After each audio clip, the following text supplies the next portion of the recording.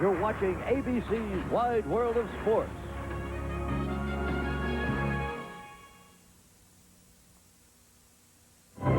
Gene Sarazen was first, then Ben Hogan, Gary Player, and Jack Nicklaus. In the black and white world of the 1930s, Sarazen, wearing the +4 knickers of the time, completed the modern Grand Slam by winning a new tournament called the Masters. The taciturn hawk, Ben Hogan, wrapped up his slam in his only British Open appearance in the chill of Carnoustie in 1953. The Scots called him the Wee Iceman. The third to turn the trick was little Gary Player of South Africa as he won the U.S. Open in 1965. Jack Nicklaus did the Grand Slam 3 times, completing the trio here at St. Andrews to cap golf's greatest career. And now the new millennium starts with a new kind of golfer trying to join the historic quartet. He makes his bid for his first here at St. Andrews, just as Jack did for his third. In 1997, Tiger Woods, at age 21, left his elders far in his wake, winning by a record 12 shots in the hallowed Masters at Augusta. The PGA Championship last year was no cakewalk. Challenged by a golfer even younger than he edged out Spain's Sergio Garcia by a single shot, emotionally drained at the end. And just last month, on the storied fairways of Pebble Beach, he left writers searching for new adjectives, winning the United States Open by 15 shots. Not even the great Nicklaus ever dominated so completely. Now, 6,000 miles from Pebble, one trophy remains. Here at the old links where Mary, Queen of Scots, played long centuries ago. The child prodigy, grown into a mature man, faces the old lady, as St. Andrews is called, hoping that she will be kind, that she'll let him avoid the devilish bunkers and the capricious bounces, and will let him walk the Swoken Bridge to victory in the British Open.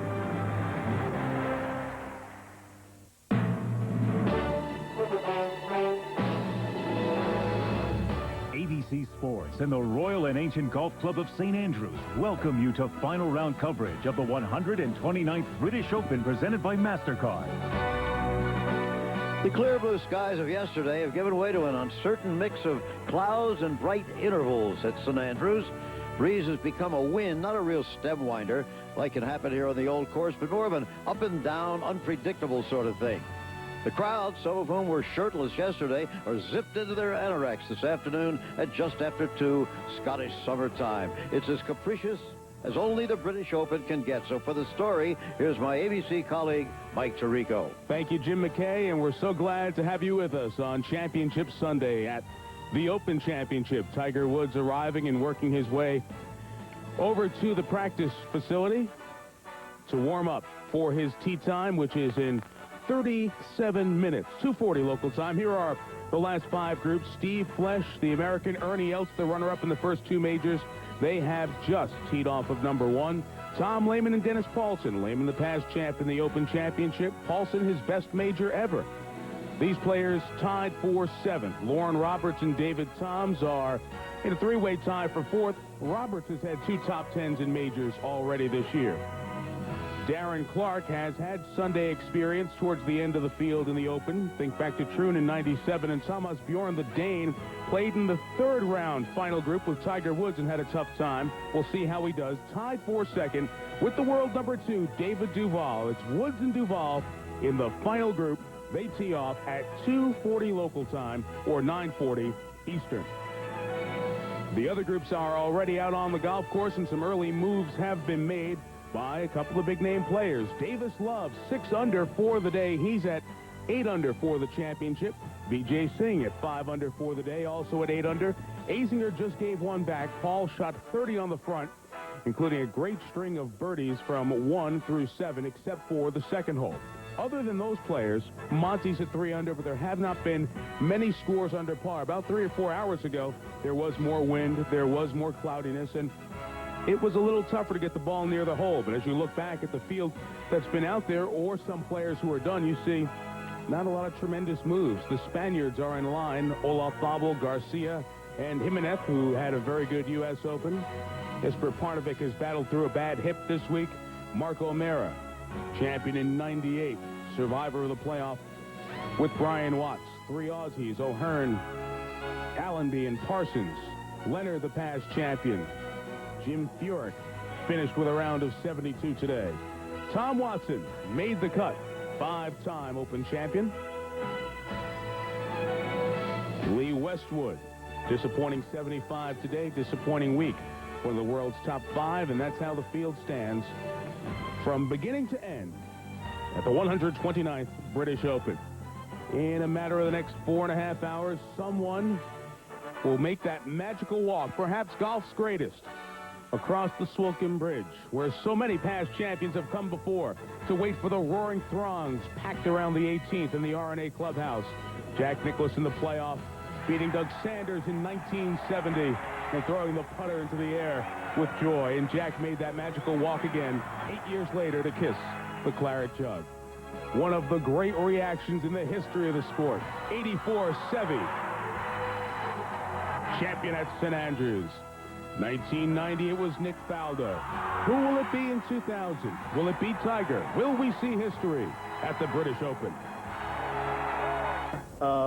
You don't win these tournaments by as many strokes as he's doing, but these are some of the things that make St. Andrews different and tough. Tiger putted from some 55 yards short of the 6th green on Saturday. And believe it, that wasn't a bad effort at all. And these are some of the things that we're going to see today, playing well or not playing well, some of the nuances of this golf course. Yes, and the pot bunkers, as we said all week long, a penalty stroke. Here we have Steve Flesh yesterday in the 13th fairway. You can't advance it at all. It's like a penalty stroke if you drive it in them. Now let's look at the 17th hole, and this is a very dangerous par 4, maybe the toughest par 4 in the world. You have out of bounds on the right, you have deep rough on the left, you have a blind tee shot, but this is the second shot, the toughest second shot in golf. You have the road hole bunker, which is famous. You can't even get out if you put in there. And then you have the road to the right. Let's take a look at what happened yesterday. Sergio Garcia put it so close to the face, couldn't even think about going out, had to put it back to the middle of the bunker, and had to take his medicine. Very tough to take. On tee, Tiger Woods.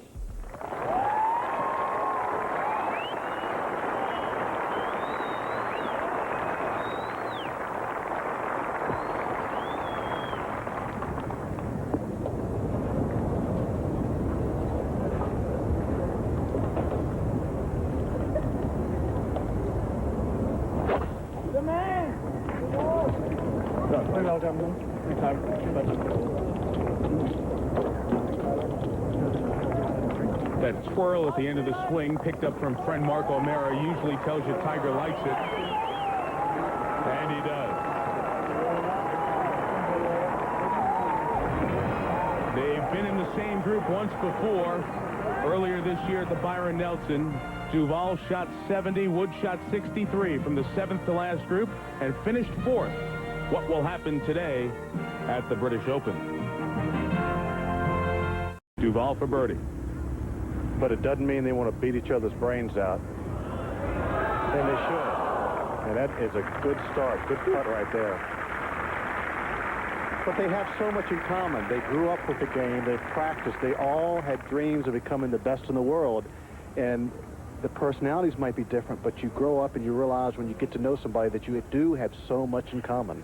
Only they understand what that small group is going through. And all of you guys who've been at the top of the world in your profession out there understand how the commonality develops. So he'll finish for his par.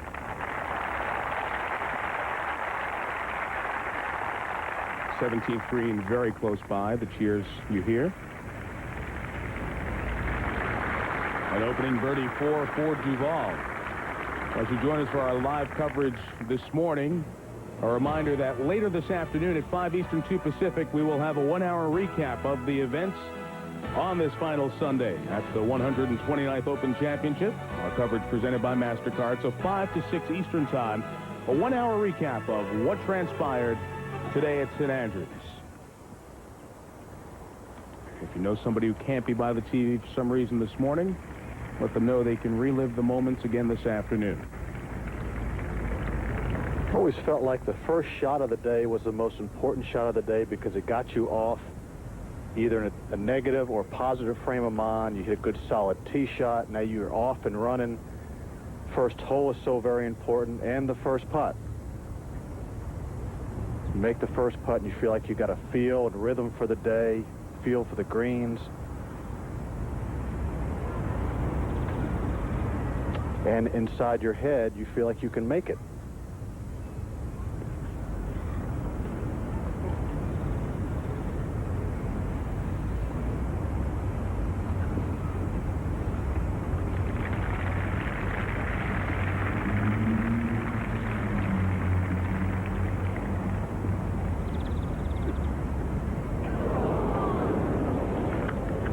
So Woods had a much more legitimate birdie run, but both he and Duval will make a par 4 here at the opening hole. Duval stays 6 back. You've already seen Ernie Els move a shot closer. Then Duval already sits. Els is 11 under par and 5 back.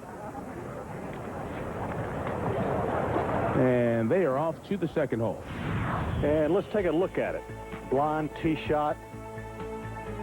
The area right there keeps you from seeing the fairway out to the right. The one place you do not want to be is the bunker on the left. It's 264 yards to it. Most of the players are laying up with a long iron or maybe going just to the right of it. There it's 47 yards wide, and that bunker is called Chiefs. Every bunker out here has a name, or worse, sometimes. But this green runs away from the players, from front to back. Difficult to keep it around the hole. A lot of bumps and bruises and mounds to the right half of this green. Big slope in the back center. And today's hole location just over the front of the green. We're back at the second fairway and Tiger Woods' second shot. 181 yards. He took a long time to choose a 9-iron and studied what's up there at the green, although he cannot see the putting surface. Needs to land it just short and bounce it on up if he's going with a 9-iron from that distance.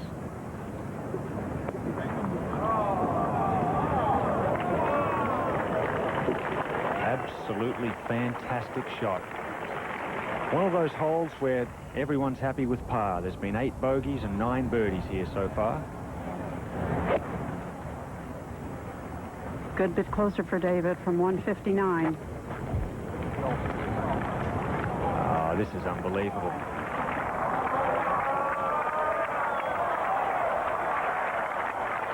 Two of the best 5 shots all day at the second. Punch and counter punch. That's exactly what Duval has to do. This is a big day for him. He was so happy to get paired with him in the final group. He said, I want to be out with him. I want to look him in the eye. I want to show him that I've got some game. And that's what he's doing. Another makeable chance for a birdie. Just a little settler, these ones are, early in the round. Relax the nerve endings.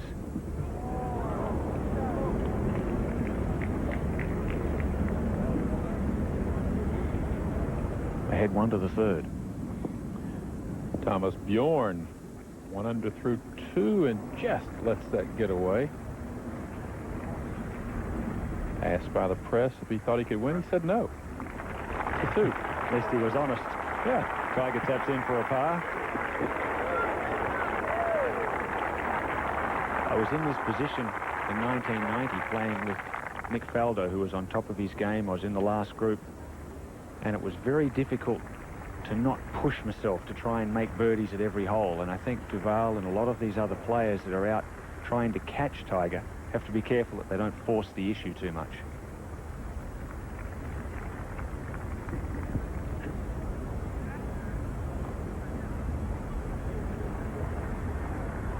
Duval also to get to 11 under. Really just a tap in.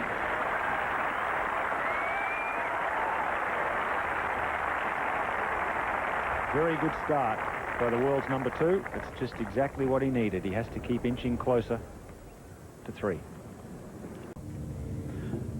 Ernie Els at the 5th, the par 5, on in 2, he'll in 3. Now this for a birdie.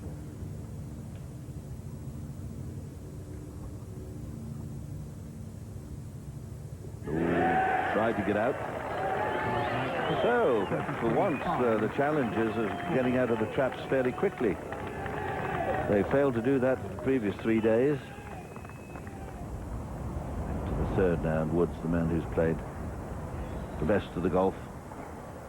It measures a long way, 156 yards, but the hole is 40 paces deep in this green. That was just a pitching wedge. Wind from the right. Well, he got some spin on that one, Judy. Unfortunately, it moved it a foot or two away from the hole, but safely on. Shot was played from a little low area where I suppose a little water stood, and there was some nice thick green grass. Juicy grass. Now David Duval.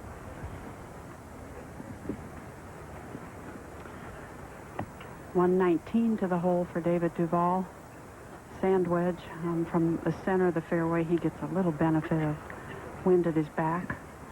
From Tiger's angle, he played more right into a crosswind from the right.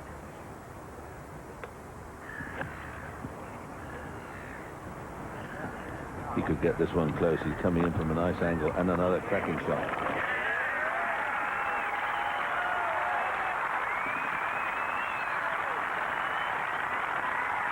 Tiger is coming in over that shoulder, the bunker. He's coming up to the green on the right-hand side there. So he had the more difficult second shot in. Now back to Tiger Woods. On the third.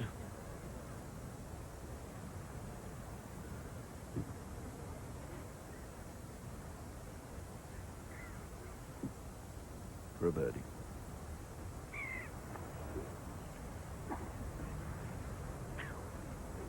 So 3 steady pars for Woods.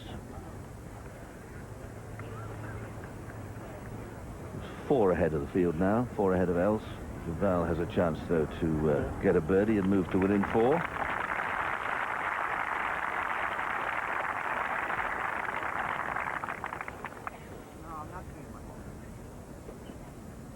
Not trying to tickle your palate, but, you know, strange things have happened in this game.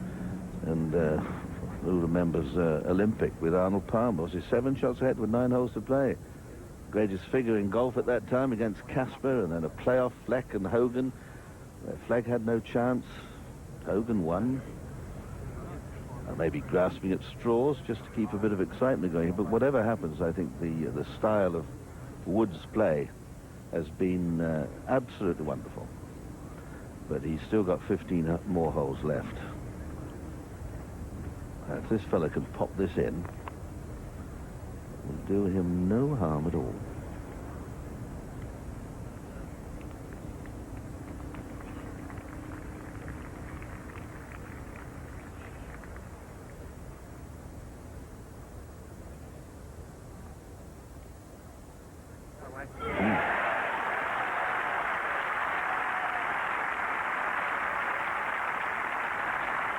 There is a game on right now.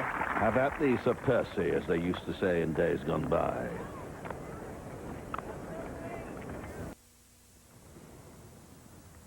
Tiger's second shot at the 4th.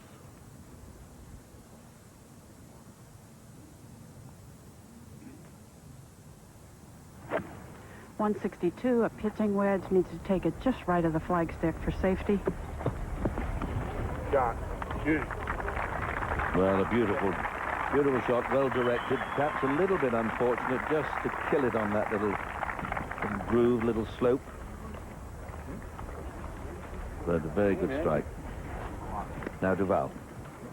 I think he actually caught a very fortunate spot on the hillside.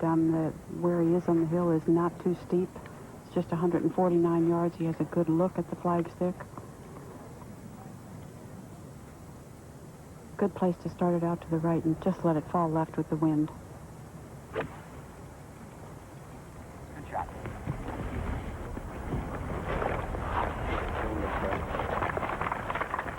Well, not bad.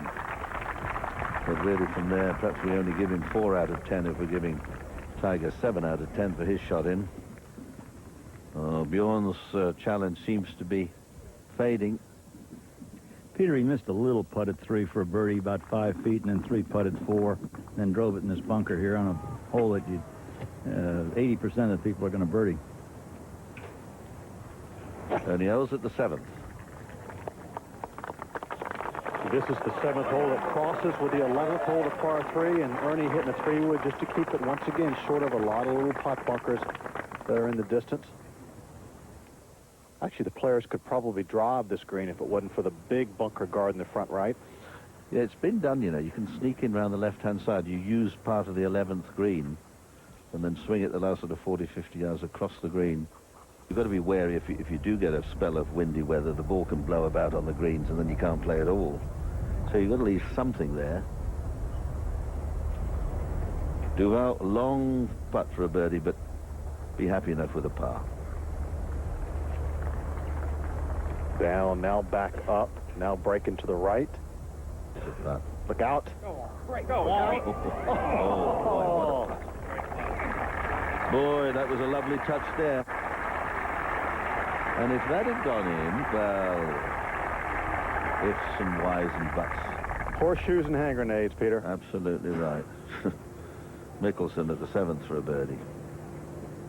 Boom. That's 2 under, 9 under for the championship. Now Tiger, now he'll have seen that ball. And again, you see it's line and pace. So important here. He's just got to get it right, going over the top of the hill. And the ball really has to die into the hole. I don't think, unless you're remarkably fortunate, you can hold a putt like this going at any speed. I think the ball has to travel no more than 12 or 14 inches past the hole to have a sort of 2 or 3-way chance of dropping into the hole. Quickly to the 7th. That was from 74 yards with the flagstick tucked over a little knob. And he's judged it beautifully. Back to Tiger for a birdie.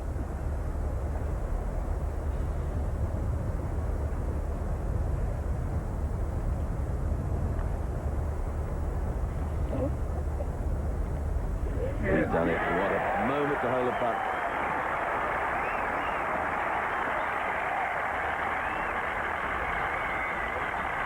He's had the ability to do that this week and many other weeks since he hit the professional scene. It's given to very few people, but over the centuries that games have been played, there have probably been about 20 that have managed it, and their names will live on and on. And, well, if he gets it on the green within 40 feet, he'd have done well. Ball wandered around and came to rest in a very nice lie, sitting perfectly. It's just slightly below his feet. He can see the flagstick. 209 yards. He has a 5-iron. Cannot miss left. He has to be long and right.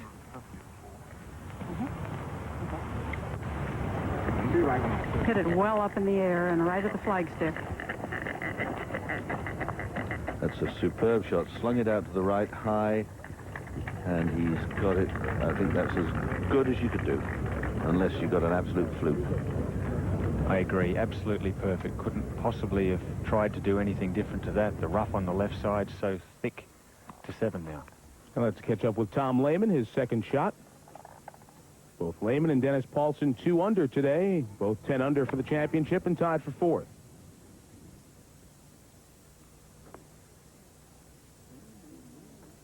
And both staying away from the trouble of being short with their second here at the 7th.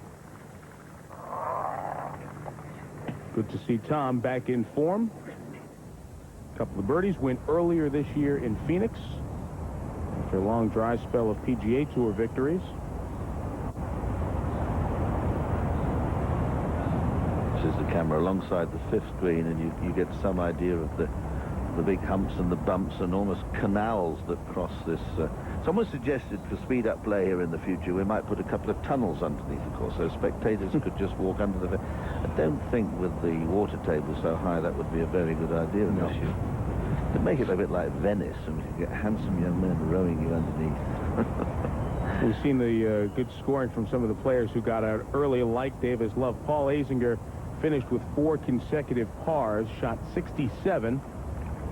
And Azinger finishes 8 under for the championship. He is currently tied for 11th. Fred Couples with a couple of early birdies.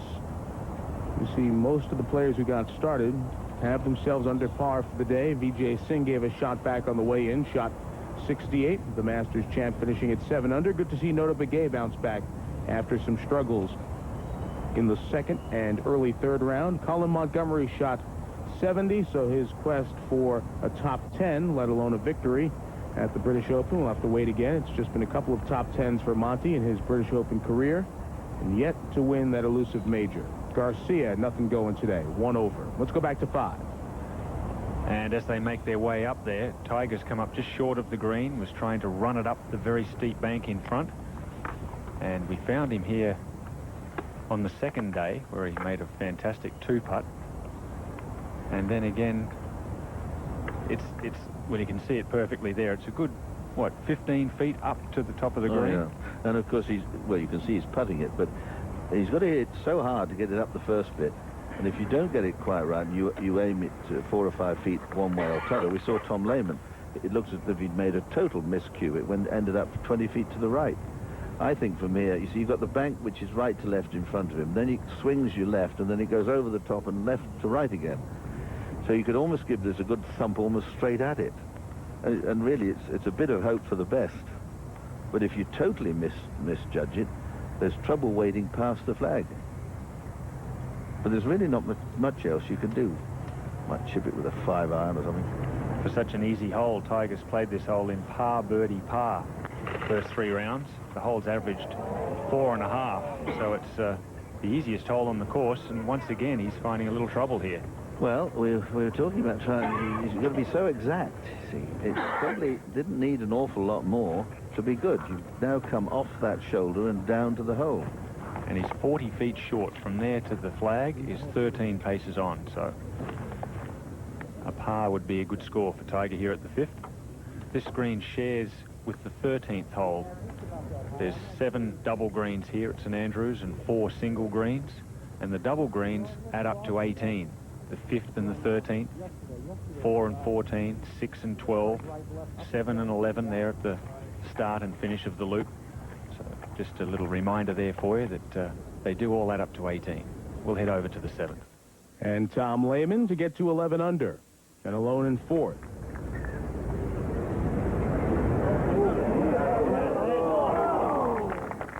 Well-judged putt for the 96 champ at Lytham, who feels his whole game has improved in the last 12 months. Let's go back to our last group at 5.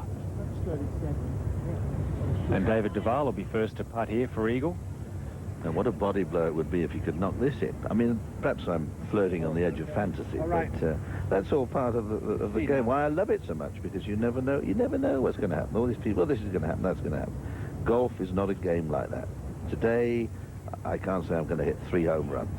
You might miss everything and be out and gone home and be sitting there having a coffee before the game's over. And it's the same with this. You never know.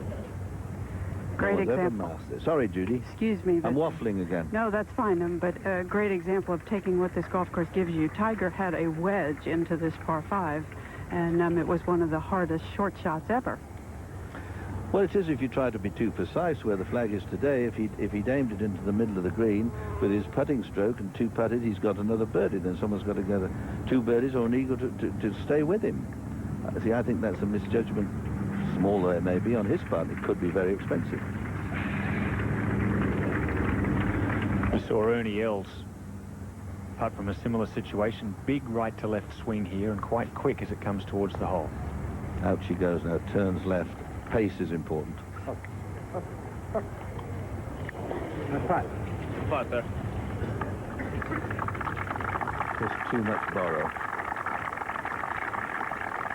They both played 3, but the difference is that Duval is just a few feet away, and Tiger's a long way off.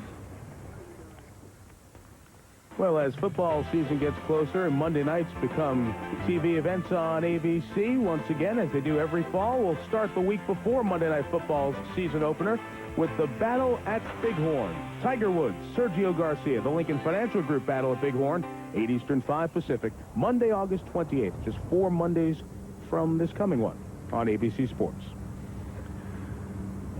And a very long putt for a birdie 4 here for Tiger. He was having a lot of trouble with his putting at the tournament a couple of weeks ago in Chicago at the Western Open. He had just taken a couple of weeks off after winning the US Open. And he and his coach, Butch Harmon, have been working very hard on this aspect of his game. He was pushing a lot of his putts. And I think all of that work that he put in on the putting green there in Chicago at the Western has really put him in good stead this week.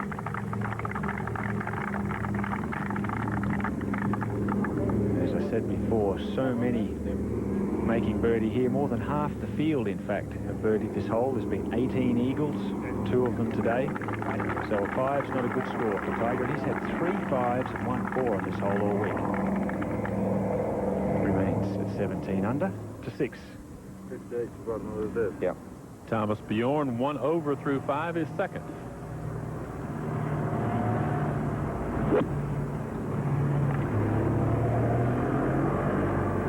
Oh, that is perfectly played. Look at this. That was from 75 yards. He actually pitched it into the bank. Beautiful shot. Back at 5. Very makeable birdie chance here for Duval. Oh, boy. What a waste.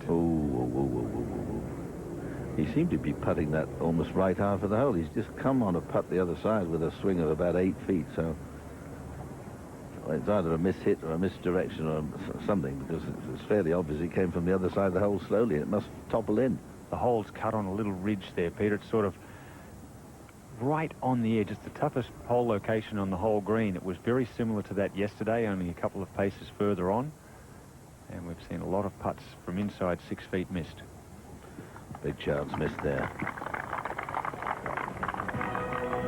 Well, David Duval remains 5 behind Tiger Woods. Woods leads here in the 129th Open Championship, presented by MasterCard here at St Andrews. At just about 8-10 feet past the crest of that dip. 106.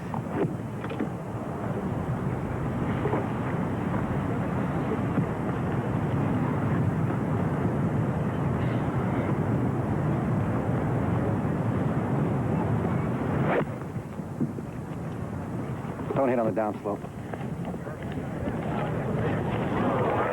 About as well as you can play it.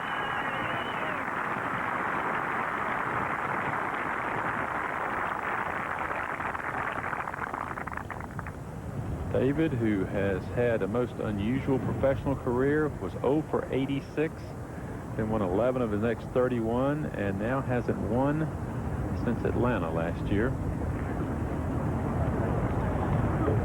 And now Woods. Yardage seems a little silly, but it is 48 yards.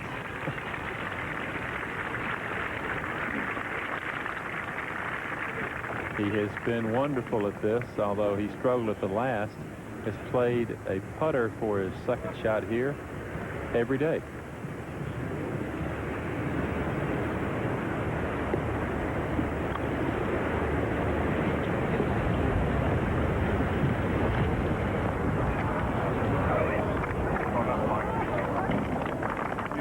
And that's been the problem. You don't want to leave it short in the swale, so most people play long. And we will return with more final round coverage of the 129th British Open presented by MasterCard after this message and a word from our ABC stations. You're watching the 129th British Open on ABC Sports. Duval with a chance to close the gap.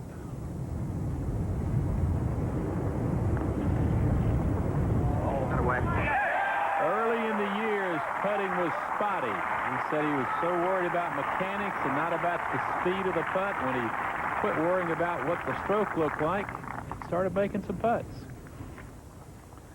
Now, before David, Woods a long way away from the back of the green.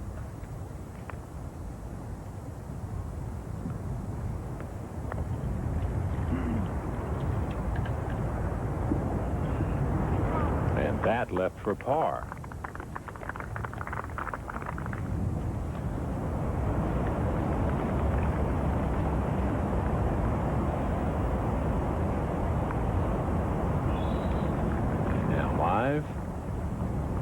par.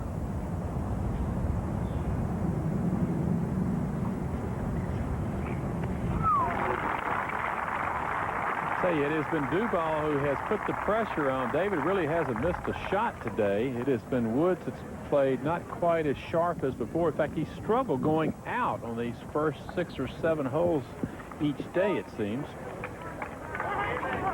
Up ahead at 9. 5-6. Would it be just a walk in the park? Well, some of the best in the world were on his heels and made an early statement that they were going to get close. Ernie Els with a birdie at 1. And then a birdie at the 3rd. On top of that, birdies at 4 and 5. 4 under 32 on the front has moved him to within 5 of Woods. David Duval in that same final group with Tiger has shown at every opportunity that he wasn't going to back down. When he hit this second at the second, with Tiger already having knocked one close, Duval got even closer.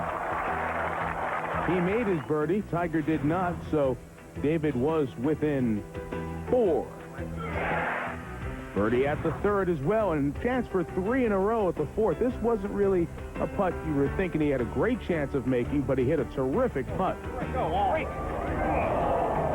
So that comes close at the 4th, and the frustrated Duval knew he hit a good putt. At the 5th, the par 5, that short birdie putt miss could come back to haunt him when all is said and done, but he did not pout, didn't slouch, wasn't unhappy, came right back and rolled in a birdie 3 at the 6th, 3 under for the day. As for Tiger, Curtis said it before, his ball striking's been fine. Putts haven't dropped. At the 1st, thought it was going to go in the other direction, missed a birdie putt. After a par at 1, this for birdie at 2. Didn't make there. As a matter of fact, parred the first 3 holes. Lone birdie of the opening 6 holes coming at the 4th. To 17 under par. At that point, 5 clear of Duval, but David birdied the last. Is closer to the hole than Tiger at 7. Here's Woods live at the 7th with this birdie putt. Down the hill.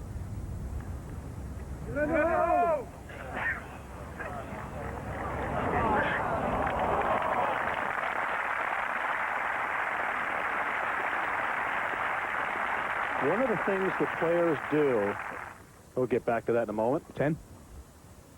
Els already 4 under on his round. He's birdied this hole every day of the championship. And perhaps, Gary, when he needs it most. Walks away with par. The first 3 names on the leaderboard, Woods, Duval, Els, ranked 1, 2, 3 in the world. Back at 7.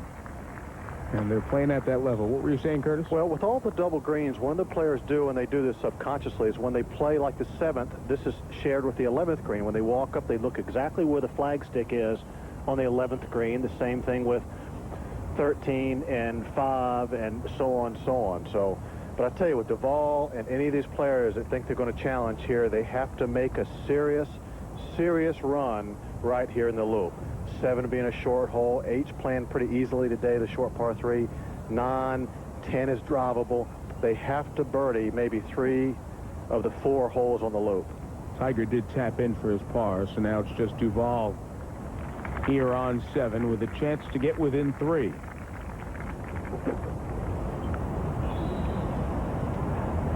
There you see, this is where the flagstick goes on the 7th hole, and there it is on the 11th hole. Not too far, not too far from each other today. And once again, going out, the flagstick, the flags are yellow. Coming back in on the backside, they're red. It's a pretty simple putt. Just slightly downhill, moving from the right.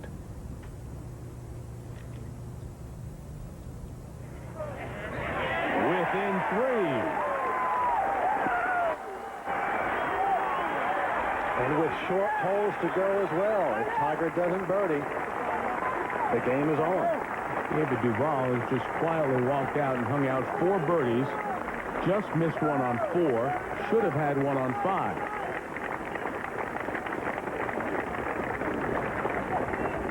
This is where we're talking about St. Andrews. Such a unique setup. You have 6 holes go straight out, and then you have the loop right here, and then starting at 12, they come straight into course 18, makes a little bit of a left turn into the clubhouse. So wonderful, wonderful layout that stood the test of time for many, many years. And a lot of history has been made out on that loop, and perhaps more today. What a charge by David Duval. He's birdied 4 of the first 7, is within 3, and now they come to the 8th, and here's Ian. Yes, David Duval has been unbelievable the last 3 holes. Just imagine if he'd hold that putt for eagle at the par 5, we would really have had ourselves a contest. But now he sneaks within 3. We've been talking a lot about the players that haven't won major championships. David Duval, Phil Mickelson, Colin Montgomery, the best players in the world to have not won major championships. And for those players playing against Tiger Woods in this next era, it was sort of like when Jack Nicklaus was making all his wins in major championships. Those players that had to play against Jack probably would have won more had they had the opportunity, had they been playing against someone else. I know Bruce Crampton was mentioned earlier. He had 4 second-place finishes in majors, 4 of them to Jack Nicklaus. And all of these guys are in that same situation here playing against Woods. They may have a career 10 years on with a lot of second-place finishes to Tiger Woods. Now, Ian, where would Bruce Crampton be from? He's an Antipodean, Curtis. He's from Australia. But he really was a great player. He was that. He was that.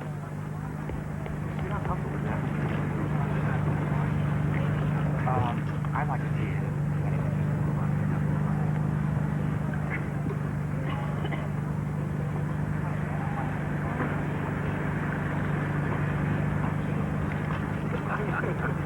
As you can see by all of this, a very important club selection here at the par 3. Hole location just 10 paces on the green. Very deep bunker guarding that flag. Yeah, I mean, if it lights up in the air, the wind will definitely, that thing will be fine. This is the first time today that there is any wind hurting a shot back into the player's face, just cornering from the left. It's 155 yards. Put a 7-iron back in the bag, took out a 6. Ian, he told me on the practice tee this morning that if he was in doubt, he was always going to take extra club and swing smooth because of his back. I think he's been doing that most times, hasn't he, Steve? With the back not feeling as strong as it normally does. Always better to take a smoother swing with more club. Most of the players leaving their shot to the right of the hole here. Very hard to be left. You know, it's not like it's straight in. There is some on the left, so I think a nice firm 7 would be fine. Judy, I think you made the best point here in the fact that they've gone the first 7 holes in a right-to-left breeze. Now they get to this 8th tee and they change direction. It's hard to get used to that left-to-right breeze into your left cheek. Well, and you sometimes have to play a hole or two to really have a good gauge. But as Greg Rita said, it is not right into him. It comes quarters from the left. Put the 7-iron in his hand again.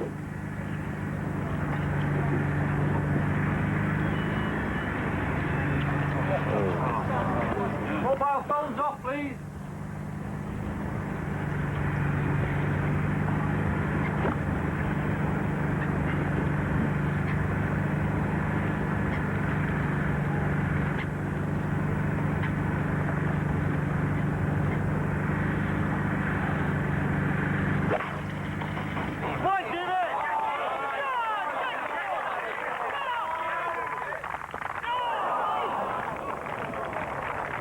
What happens, he was probably 2 or 3 yards too short, caught the edge of the bunker on the downslope, and it shot it way over towards the 10th flagstick.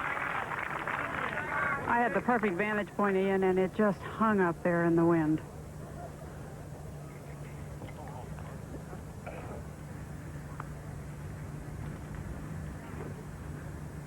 And Curtis mentioned earlier about this loop.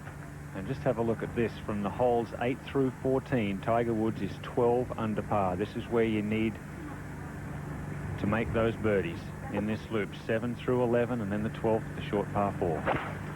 7-iron for Tiger.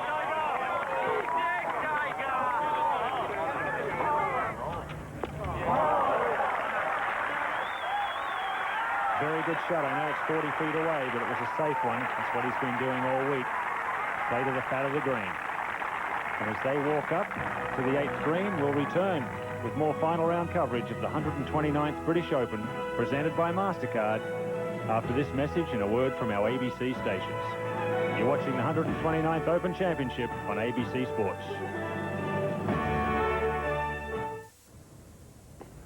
While we were away, we recorded this, Duval's long-range birdie attempt at the 8th green.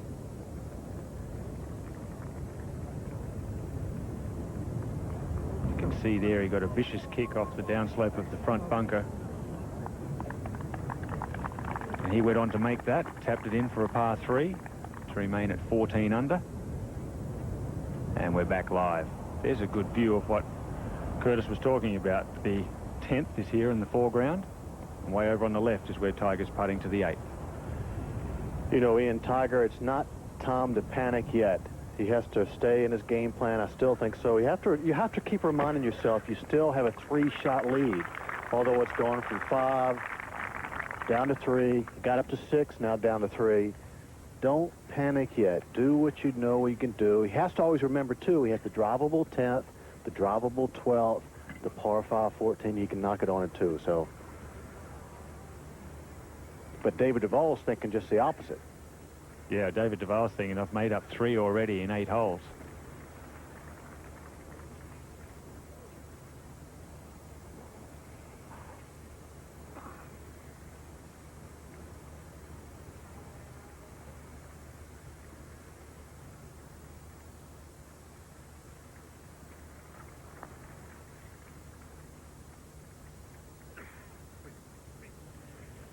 Came up well short on his putt at the 6th green. He's done the same again here. Maybe just holding on a little.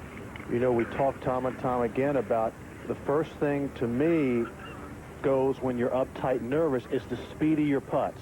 It's the first thing I always had trouble doing. You can hit drives, you can chip, you can do a lot of things. And he's had trouble with his speed the last 2 or 3 holes.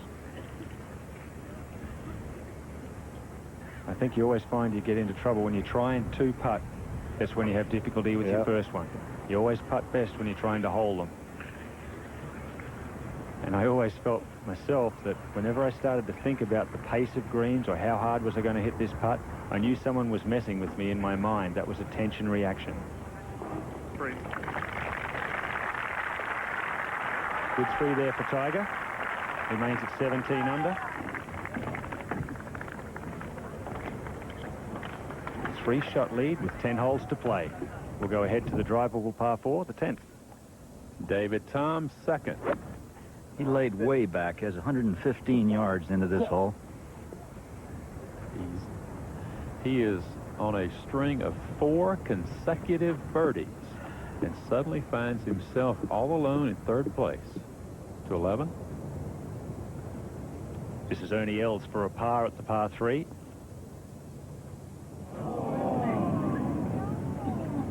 Costly mistake for Els. That drops him back to 11 under. He really had something going early. He had 4 birdies in the first 5 holes. We thought he was going to do something special. To 8. Birdie putt. Hit it right. Decent amount coming back for par. Well, remember, David Duval has been #1 in the world for, what, 15 weeks? 2 different times, 14 in 1 week. And so he's no stranger to this situation. You talk about #1, #2 in the world. For those not initiated, it's not a poll like college football in the voting. It's a very complex system that would take far too long to explain. But essentially, all players around the world are judged by how good the field is in a tournament. This tournament is a really high-weighted because you have the best in the world playing. The BC Open, which is being played back in the States right now, won't carry as much juice as this event does. And it's over a 24-month span. The last 12 months count the most. That's why David Duval was #1 after his stretch of 11 wins and 34 starts, and why Tiger has surpassed him with this phenomenal stretch that he has right now. If Tiger goes on and wins here, it will be his 6th win in 13 starts this year. It's a pretty good batting average. In any sport, and virtually unheard of in recent times in this sport. And this is for a lead of 4. Pretty flat putt, maybe just a little bit from the right. Very makeable.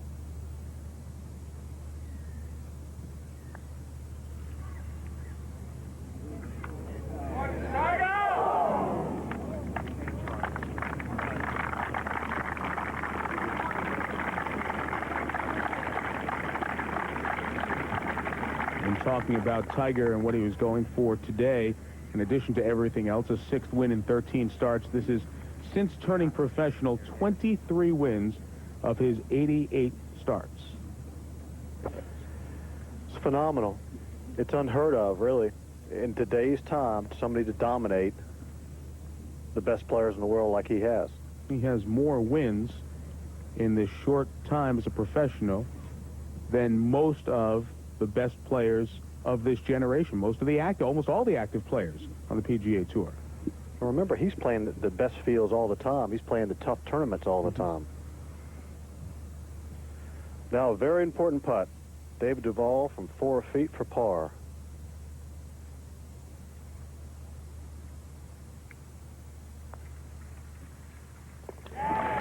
Good save and a great front nine. The front nine he needed to play. He needed to get something going. He did that. He made a few putts like he did yesterday. But this 9th hole would have been a good one to get to, because it's not a hard hole. Old Tigers birdied all week until a par today. So Woods out in 1 under 35. Duval out in 4 under 32. The 6-stroke lead on the first tee is a 3-shot lead as they move to the 10th tee. Well, let's take a look at the drivable 10th hole for Tiger Woods anyway. And I think David Duval can probably get close. 2 bunkers on the right you want to stay away from. And there's a huge swale in front again. Green rolls from right front to back left. Not a lot, but just a gentle little slope. Today's flagstick all the way in the back center, just behind those arrows. And remember, this hole being drivable, but they added 37 yards to it since the last Open here in '95. It's played downwind and drivable all week long.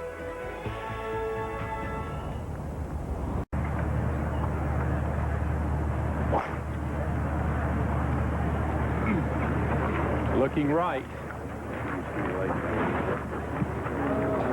And just hopped over Mrs. Kruger's bunker and just missed the Kruger bunker and got away with a wayward shot.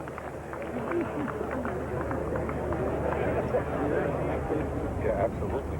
Not only missed that bunker, he will look back and think that was perhaps a 1, possibly 2-shot lucky break. I think David struggles when he tries to hit it hard because of the back problems that we've talked about, but this man doesn't have any problem going all out. Seems that the harder he swings it, the straighter it goes. Steve, I think this is where Tiger will have an advantage on the way in. He can drive this hole much easier than David. 12, he can do the same thing, and then back into a little crosswind. His length will, if he drives it straight, will certainly be an advantage over David Duval. I think this may qualify as a launch.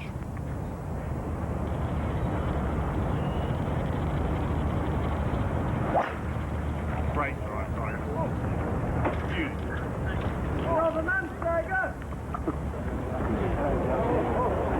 This is huge.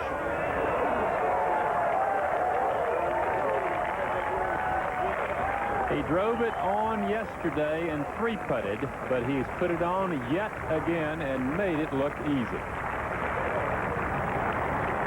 379 yards.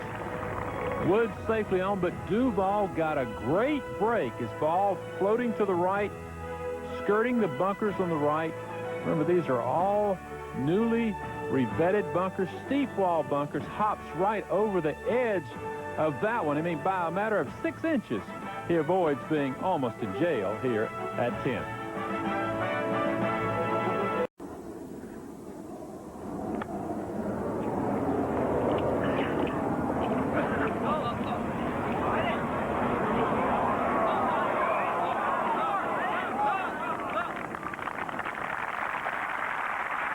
Good effort. Displaying continued great touch here. This is not something you can practice.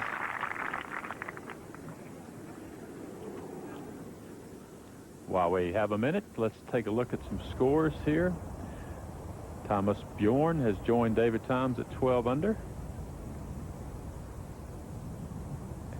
Ernie Els took an unplayable lie at the 12th and still made par, so the 12th doesn't do to him today what it did yesterday. Couples with a great pitch in for the Eagle at 14. Paul Azinger out quickly this morning, went out and shot 30 on the front. Finished 67 and 8 under par. Steve Pate a nice round today, 68, finished at 6 under. Monty still looking to appease those critics who say maybe this is a tournament he won't win. He is only a two top 10 finishes, an 8th his best here. Faldo, who is playing on good form, simply couldn't put it together on the weekend. And the rest of those players who made the cut here. Dudley Hart, one player who made the cut, had to withdraw, or as they say over here, he retired. Could not go the third round. And 3 players over 50 made the cut here. Tom Kite, Tom Watson, and Mr. O'Connor.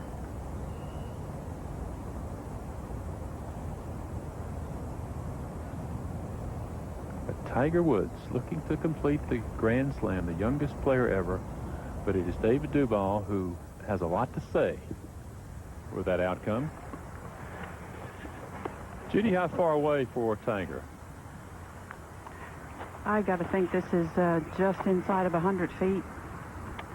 On a similar line that David's ball just rolled, so I don't think there's a lot of question about the turns of this putt, just the speed.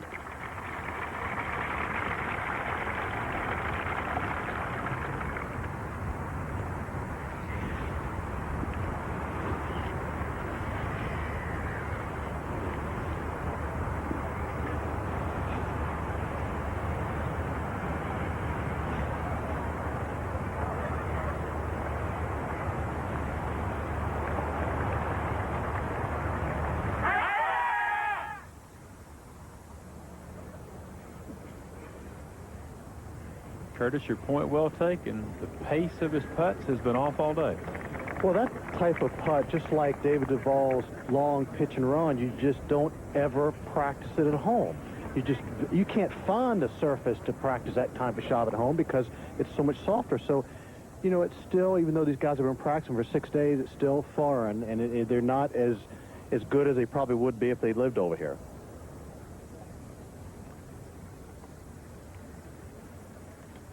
While we wait, let's move up ahead to 11.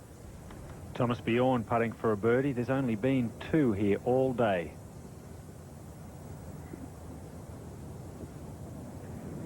And I think you can tell by that putt the reason why. Huge swing. Hole location right at the front of the green. Almost impossible to get it close to that hole from the tee. And almost impossible to putt. 2 under so far today. Back to 10. David Duval playing in the final group for the 2nd time in a major this year. Played with Vijay Singh in the final round of the Masters. David finished 4 back in 3rd place. And now all the David's thinking, if I can get this in, I was looking at going, you know, losing a shot on the hole. I might gain a shot on the hole.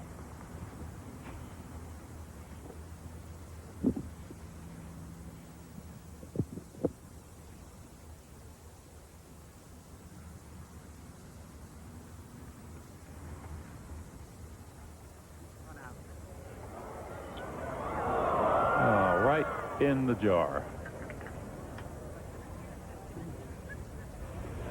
Well, when you think that he narrowly avoided disaster, you can't be too disappointed with par there.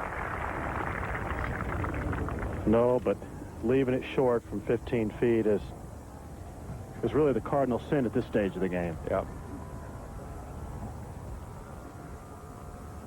When the day began, Woods' lead was 6. It is now 3, but a chance to give him just a little bit more comfort as he heads home.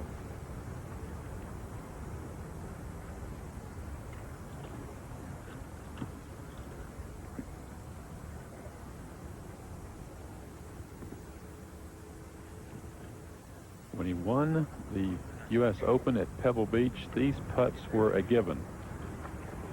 And that 15-stroke margin made so because I don't think I've ever seen a man in major championship competition make so many putts of this length.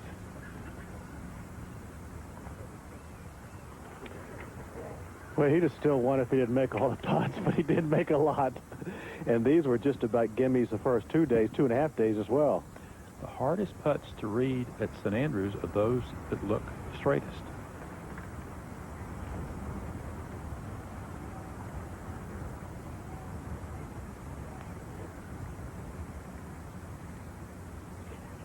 Unless you roll it like that.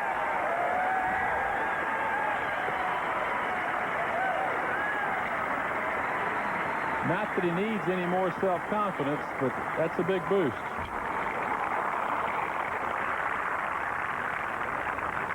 Drove it on the green yesterday, 3-putted. Drove it on the green today, converted. It seems that he continues to have destiny on his shoulder. Tiger Woods scoring records, the Masters, 18 under. We're back live at the 11th green, and Tiger Woods putting for a birdie 2. Duval in the background there looking on. He'll walk over quickly and try and get some sort of read as this putt gets closer.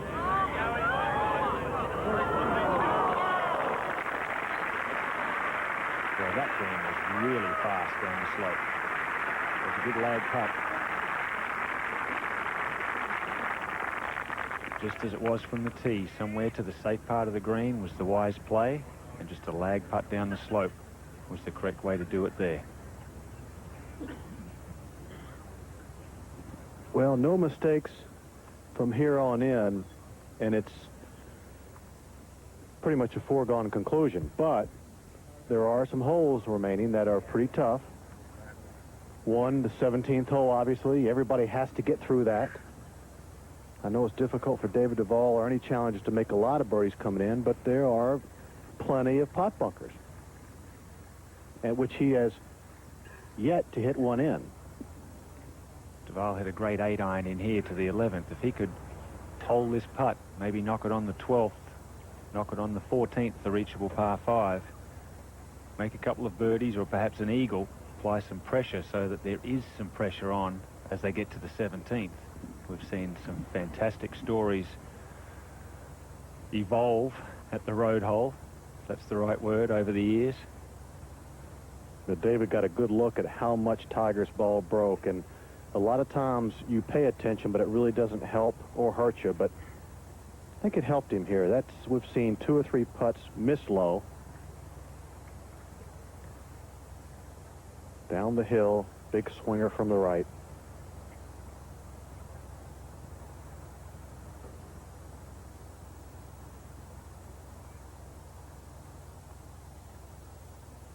This looks good.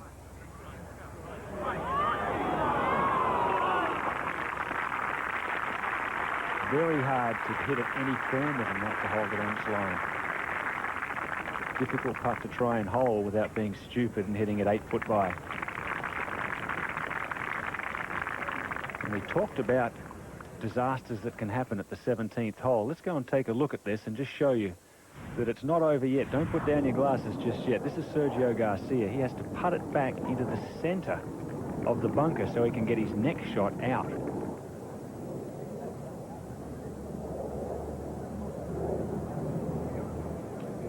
This is the sand cam. This is embedded in the wall, the sod wall. It's called revetting or revetted face. Wonderful touch, great hands. And that was yesterday. Sergio Garcia. Oh, and here he is again. This is today.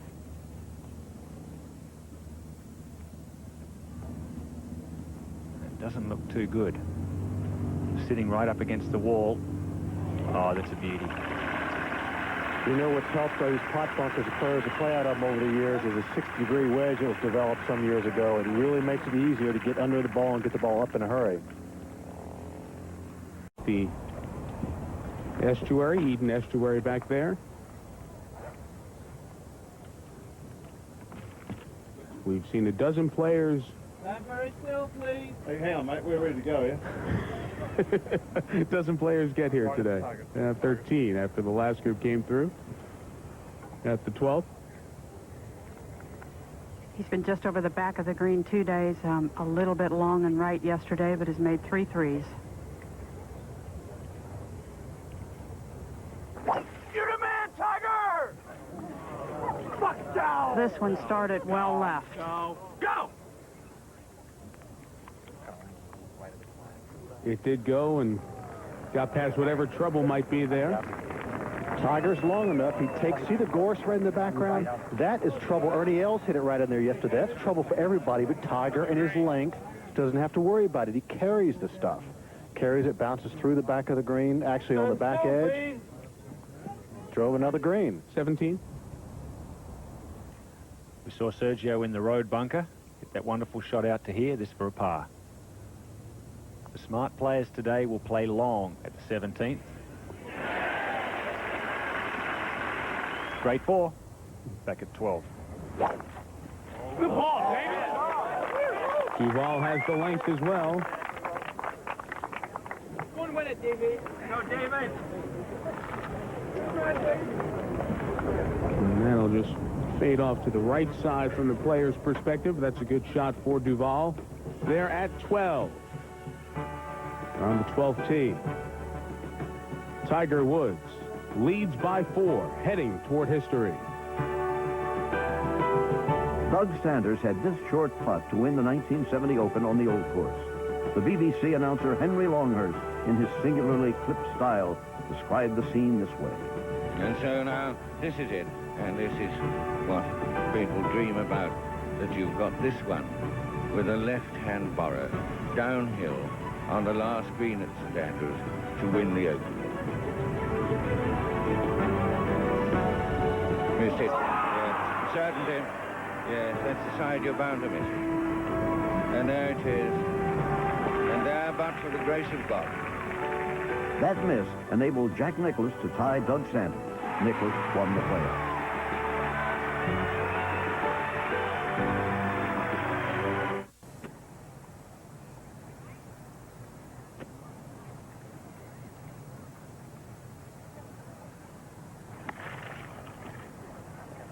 Get up.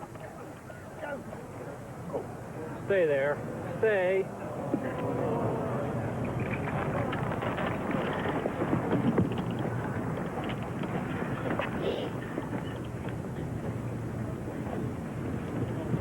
The frustration that goes along with the charm of St Andrews. A green you can drive it to, but it doesn't mean you're in great shape. St Andrews years ago, Alistair McKenzie, the old famous architect, wrote that once you got to the green, half the job was just done. When they had putting up these mounds and slopes, the greens obviously were very, very slow back then. That was as challenging as hitting a 200-yard drive back then. And it still is. McKenzie came back here in 30, looked around the place and said you should be able to play St Andrews with a putter from the first tee to the 18th hole. It's some of the unique features of this place. And they can this year. It hasn't changed at all. Well, Tiger Woods leads by 4. We've told you the major storyline of the week and the day. Tiger trying to become the youngest player to win the modern career Grand Slam. Youngest and Tiger Woods has gone together for years. And go back to when he was growing up in Cypress, California, 35 miles southeast of L.A. He watched his dad hitting balls when he was sitting in the crib as a 6-month-old, and that's the swing he learned to imitate. They're asking the referee to determine who's farthest away, thus who plays next. When Tiger was 2, he was on the Mike Douglas show with Bob Hope, putting, youngest to do that then. He shot 48 when he was 3 years old. He started winning tournaments when he was 8, so he's been the youngest in every phase of his life at success as a golfer. So if he's the youngest, it's just going to be the next youngest in a long line. That's John Paramore, the official with the group, stepping off to see who is away. You made a point earlier this week when talking about the youngest and this chart and the path that Tiger is paving here. so many of the players now who are coming out as these young stars. We've seen 4 amateurs in the field, all young stars, and they seem to be more talented and better and competing at a higher level earlier on. They're following the trail that he's set. Absolutely, and you know, they're fundamentally sounder than they used to be. They're, you know, videotape. They all have their own personal coaches at an early age. Now, some people disagree with that. Some people say that will burn a kid out. But those who don't burn out, like a Tiger Woods, because of that instruction at an early age, all that competition, you will be better at an earlier age, at 20, 25. Keeping him from burning out is the burning desire to keep chasing Jack Nicklaus. This is his second, an eagle putt at 12.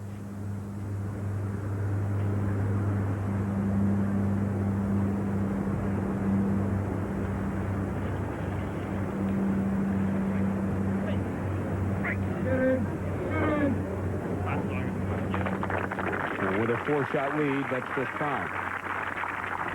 That's fine anytime because it's not an easy putt. Up a slope, some 45 feet or so. Skip you ahead 1 to the 13th. Thomas Bjorn for birdie at this very difficult par 4. 430 yards back into the wind. And he's played himself back into contention in 3rd place. 2 under on his round, 12 under it all, as we go back to 12. And David Duval, who in his own right was a great college player, a 4-time first-team All-America at Georgia Tech. He got instruction early on, his dad being a club pro and growing up in the business, growing up on the golf course.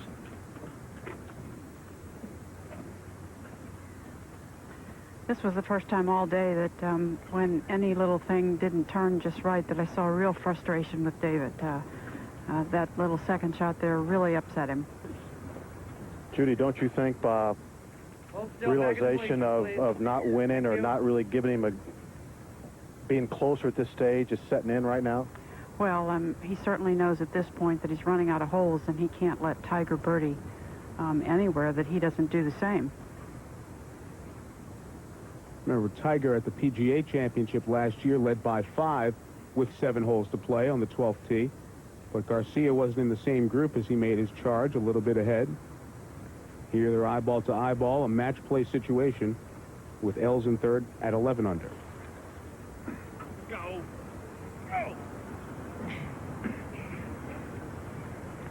Well, it has become too true that that is a very steep slope.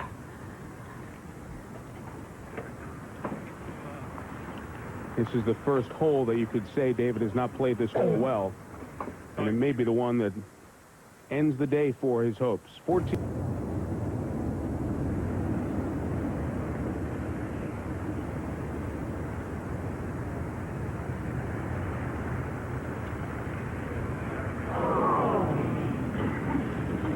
So he'll drop one here at 12. And Tiger's lead could once again get to 6.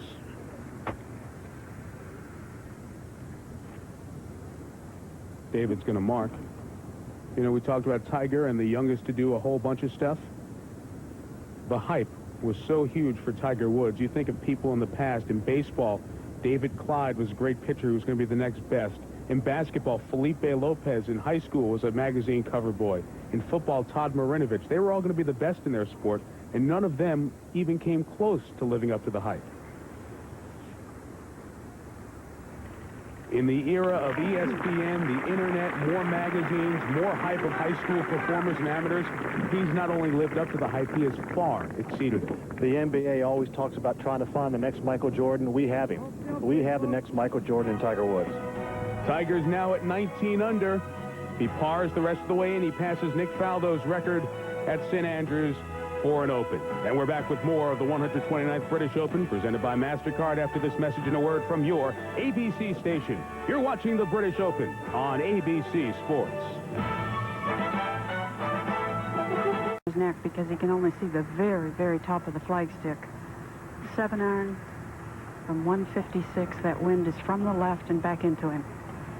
There's plenty of room left of the flagstick.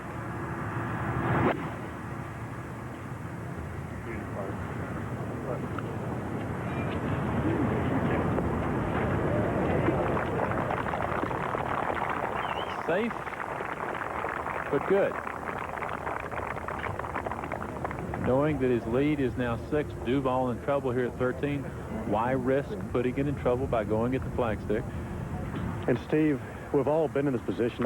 You hate to admit you've been in there more than once, but when you lose your chance to win, or you're thinking, it really deflates you like no feeling in the world. I mean, you almost don't want to finish for some reason, because it's, your whole psyche for weeks on end leading up to a major championship is to try to win, and all of a sudden the realization sinks right in. And I think that's why we saw a poor tee shot and bad body language right now. And even more so because he'd given great chase, had a chance to close the gap even more and couldn't quite do it, and now look what happens.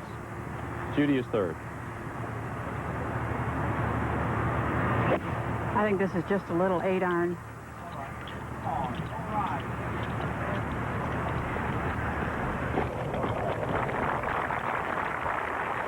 Well, makeable for his par, but the shortest par 4 on the course, the short 12, derails Duval in his attempt to catch Tiger Woods.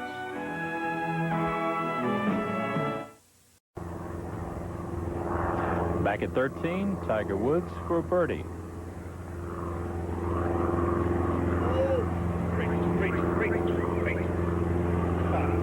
He made a wonderful putt here yesterday for 3, but right now par is his best friend. 218. Fred Couples, who dropped a shot despite that spectacular shot out of the road hole bunker earlier. Par here at the last. Freddie shoots 69. Good week for Couples, just at 72, even par yesterday. Looks like Fred might eke out another top 10 at the British Open. He's had 7 before. Back to 13. If you know David, you know he has not given up hope, but you know that the 2-shot swing at the last has to just gnaw at him when it's a par 4 that he can almost drive, and then makes a mistake off the tee here. Woods advantage 6, and David has to make this to maintain that deficit. Steve, his one chance would probably be to make this putt and some heroics here at the 14th. And you'd like to think that Woods might stub his toe, and yet the way he's played, his course management has just been superb.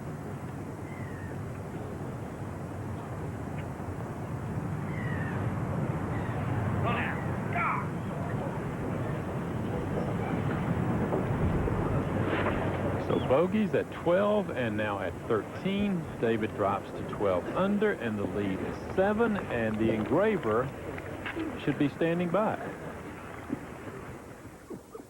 Major. Certainly not here, and certainly not in these type of conditions, but Tiger seems to shift into another gear when it gets into the unusual situations, and that's what he's done over the last few holes. And he comes to this hole with such a commanding advantage on long par 5s that he can get right up near the green in 2, and really they're just like par 4s. This was his second yesterday. Listen to this. That one you're talking about? That's the one right there, Ty. That's the point you're talking about. Just a little 279-yard 3-wood up onto the green. That's what he's talking about. What a great working relationship between Tiger and his caddy, Steve Williams. Ian, that's when I felt like yesterday he really got momentum, and it felt like he was going to win the golf tournament. He has such a huge advantage with length. He can play conservatively on so many of the holes, but when he gets to a hole like this, or a hole like 12, he can just fly it on. A couple of putts for birdie. Well, if you're just joining us, Tiger Woods marching towards history. There was some question here for a little while. David Duval was 3 better than Tiger on the front. Got it 2 within 3. But on the back nine, the putts that went in on the front didn't go in. At the 10th, just shy. Birdie at 11. No, and he stayed at 14 under. And then at the 12th, one of 2 back-to-back bogeys for Duval. They're driving it, but not getting it up on the proper tier. Leaving a putt short as well, and then another bogey at 13. Meantime, for Tiger, as he made the turn, his 6-shot lead to start the day now down at 3. 10 and 12, the holes where he has been so strong, and the advantage built up for weeks. Sir Michael Benalek said after the U.S. Open, if he doesn't win, there should be a steward's inquiry because of holes like 10 and 12, where Tiger's length and the prodigious drives would pay off the most. The drive there onto the 10th green, and a birdie to extend the advantage back to 4. And on the 12th, worried for a second. Go! It went past the gorse on the left, and it was hit with such height it actually landed somewhat softly. And onto the putting surface. 2 putts from there would be another birdie, and would extend the lead to 6 at that point. As it finally came to rest after a good first putt, the birdie putt to get to 19 under par. He leads by 7. A boatload of records in his sight as he plays the last few holes, and back to Sandcam at 17. Thank you, Mike. And Phil Mickelson's in here, and he looks like he has to play out sideways to the front. There you go. He's already left one in. That's his second out of there, and he's had to go out back towards the front right of the green with his 4th shot. It's a number we haven't seen in a major, and he won at any point 20 under par. Well, I think we'll see it after this hole. Tiger with his 2nd. Shot plays a little bit downhill. It's 286 yards, and the wind is definitely hurting.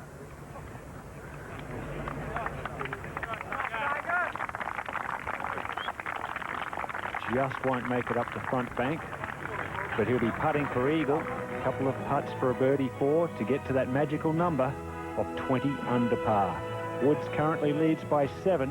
Ernie Els, maybe he can finish 2nd in his 3rd major of the year. We'll be back shortly. This is the steepest bank on the golf course. This is, it's not 90 degrees, but it's almost. And as it gets over the top, it really runs away. He just needs to get it just over, and it'll make it all the way to the hole. 3, 2. Well, he nearly reached 21 under par there, Mike. He's got just to tap in to get to that magical number.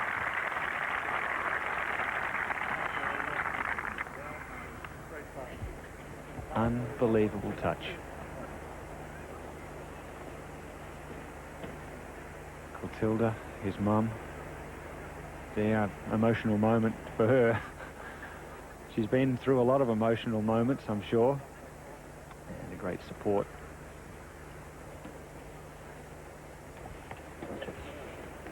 Yeah.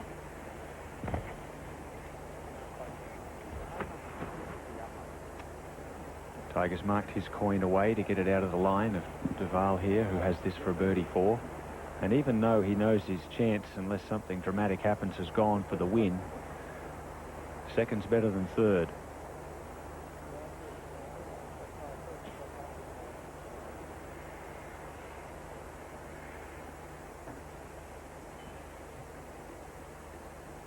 Still, I think that adrenaline that was running a couple of holes ago, that emotion that was running a couple of holes ago, they had an outside chance.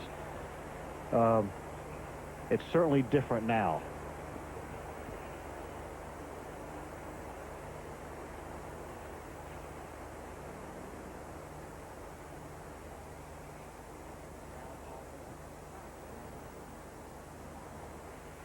So many chances just slipping by. A 5 at the 12th, a 5 at 13, and a 5 at 14. It'll feel like 3 drop shots. Did you notice there, right before he got up out of the hole, he motioned to Tiger, move the coin back. Great sportsmanship. And the etiquette of the game of golf. We've had so many champions of the etiquette before us. Arnold Palmer, one of them I can mention, Jack Nicklaus. And Tiger Woods, for a young man, I think is going to carry on that tradition. Well done, Tiger. 20 under par with 4 holes to play. in the 129th playing of the Open Championship. Look at that score, -20. Just in the rough, good lie with the 7-iron. Shot it way out to the right. Oh, catch it, Gray. Catch it. That's fun. You know what's fun? The whole green slopes from left to right. He's putting straight back up the hill from 25 feet. And you're leading by 8. It's fine. This is Mr. Woods been in. 0. This putt for birdie.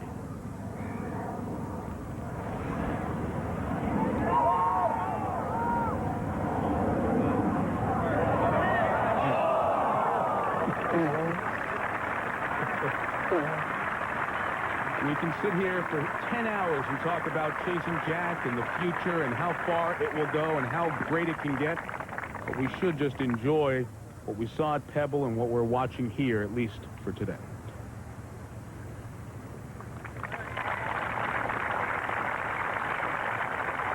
Twenty under, leads by 8. 3 to go. Coming up next on ABC Sports, we send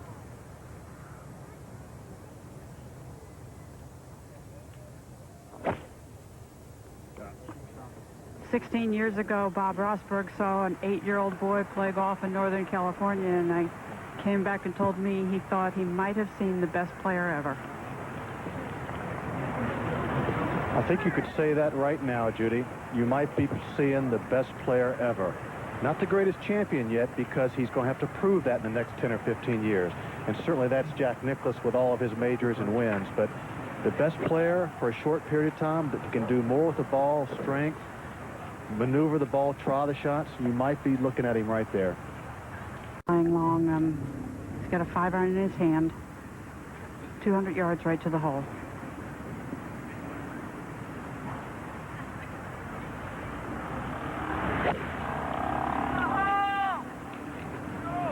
Taking it big left to right. Anything to the right is fine.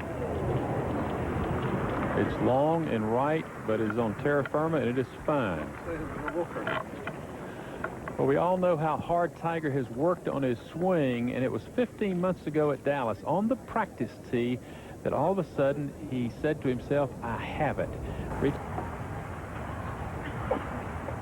While he practiced strokes, let me tell you that Mark O'Meara is now standing about 15 feet behind me on the hill watching this finish.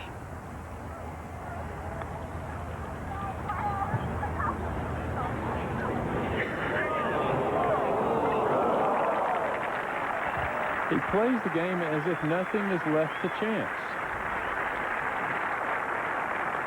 It's just absolute total preparation.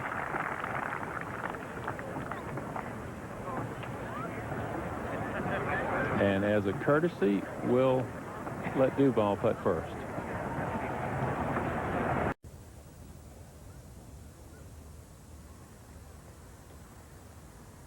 Straight over the railway sheds. You won't see it land. A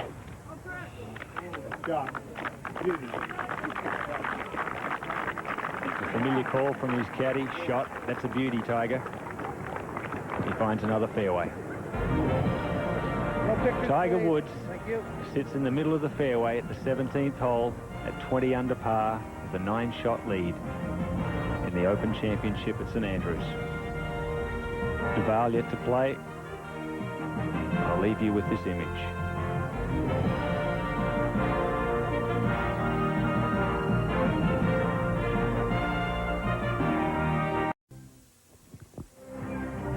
The home of golf, St Andrews. You talk about sacred sod, 500 years the sport has been played here. These people know it, and this man knows the history of the sport. When he won at Augusta, the first major winner of African or Asian heritage, as he put on the green jacket from past champ Nick Faldo. In '99, the PGA Championship at Medina, you could see the emotion rush out of Tiger. He saw a big lead whittled down to 1, but he survived and showed the toughness of a champion last August. Last month at Pebble Beach, it was a walk in the park. It seemed like he played a different golf course. finishing double digits under par. Nobody's ever done that for 72 holes in the United States Open. And all the pressure coming in this week, it all built up. Could he handle the moment? Would it be too much? The world was watching. Well, like every great athlete in every great sport before, not only has he stepped up to the moment, he's embraced it and challenged it and taken on the field. And every time they got close, it was one more shot. Tiger separated himself. And now he's just moments away from walking into history, the fifth to win all 4 Grand Slam events. He's in the fairway at 17 and back to Ian. No, you just got to get it one. Yeah, got it. Nothing wrong with being short here. No, you can putt from. Just keep on your target. You'll be all right. 72 front edge, right? Very front, real front. That's right.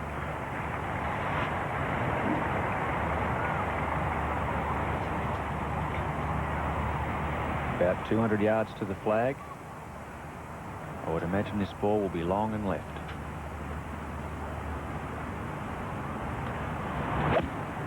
.207 with a 6-iron, the hole right over the road bunker. From his point of view, he's hit a very low shot.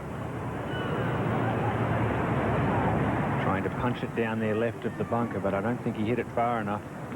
And that's not that it really matters when you're 9 shots in front, but that isn't where he meant to be.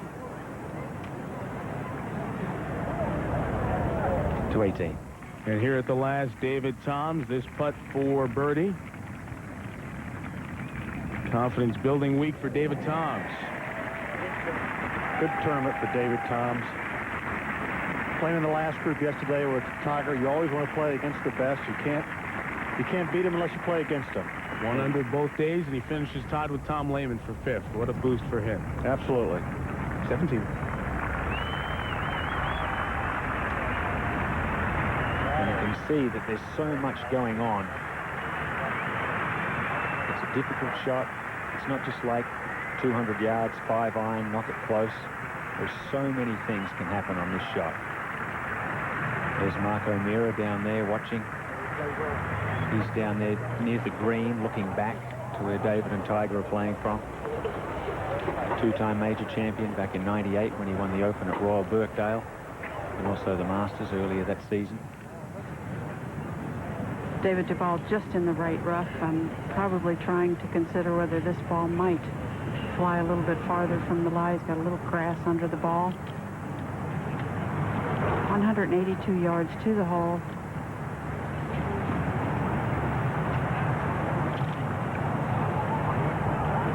And the slope from the top of that bunker down to the hole is about 4 or 5 feet, so you can't just carry the bunker and expect to get it close. Yeah.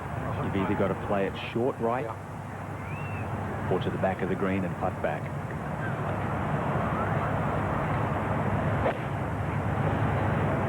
Well, he took a 5 or 6 iron, put it back in his stance, kept it down. Right in the bunker. It's so hard to aim away from the flag in this situation. These guys are so good. They're so used to aiming at the flag, trying to get it close, trying to make birdie. It is awaiting the Tiger.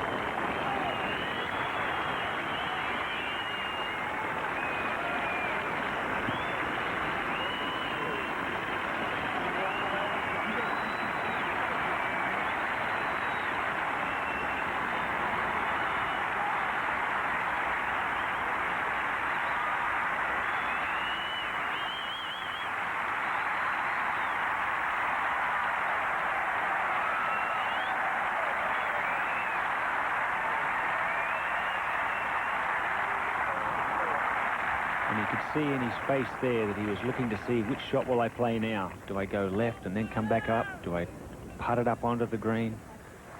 And there's must play safe.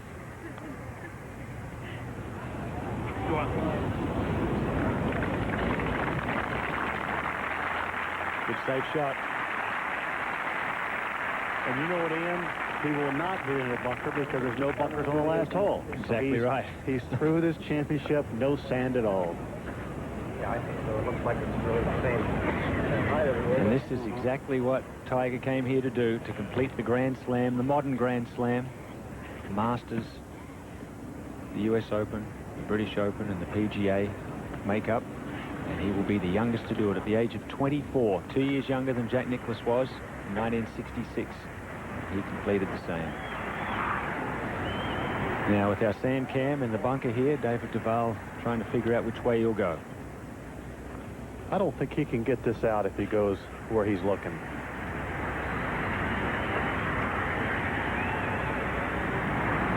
Curtis, he'd love to get this up and down, make par, have chance of birdieing the last, finishing second. I mean, in his mind, he feels like he's already thrown away his chance of winning, but still mean a lot to him if he could finish second. To 18. Thomas Bjorn has lost the red vest, gone to the blue sweater. Made par and will tie with Ernie Elks at 11 under, 277 total. In the nation of 5 million, Denmark in a nation of 5 million, Scotland. Denmark's greatest golfer of all time, Bjorn, will finish tied for second, his best major. I don't think he's really thinking about getting up and down. I think he's thinking about getting it out. You just can't get it up that quickly. To put it in perspective, the wall of that bunker is over 6 foot high. I can stand in there. I'm 6'4", can't see the top level, so that's how deep it is.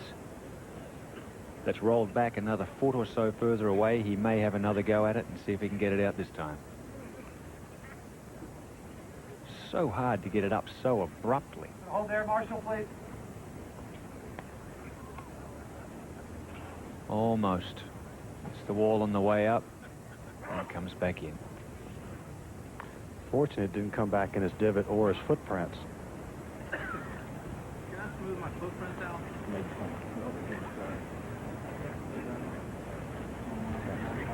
Just asking John. Yeah, sorry, go ahead. Just asking if he can smooth out his footprints. He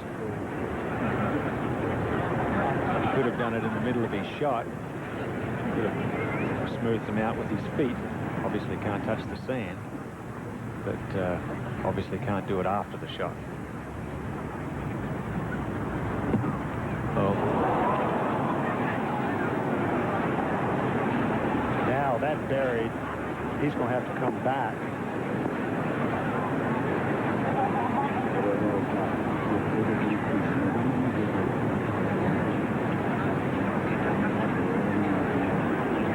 The road hole bunker.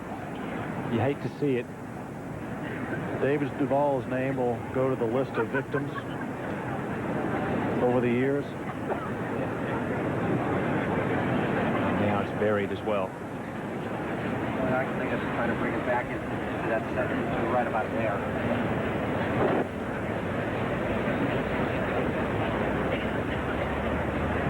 He would be feeling absolutely sick right now. What more can go wrong?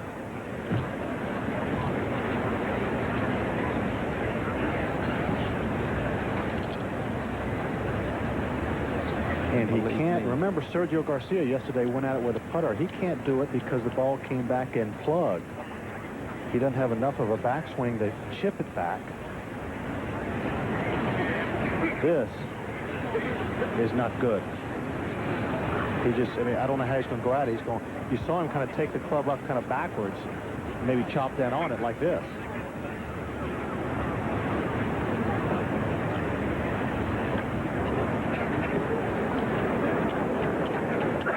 Well, he's taken 3 in the bunker. That's 5 now.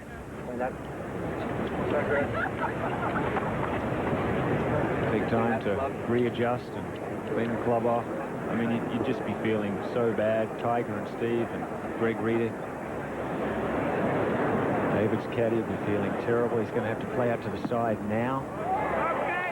And lucky to get that one out. That's 6.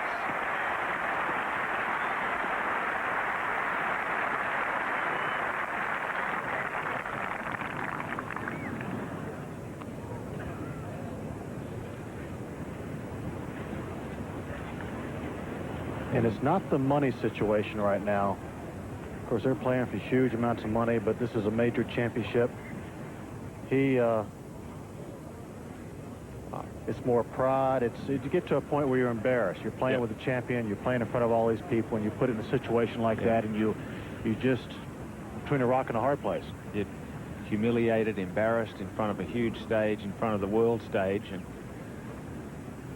we feel for you, David.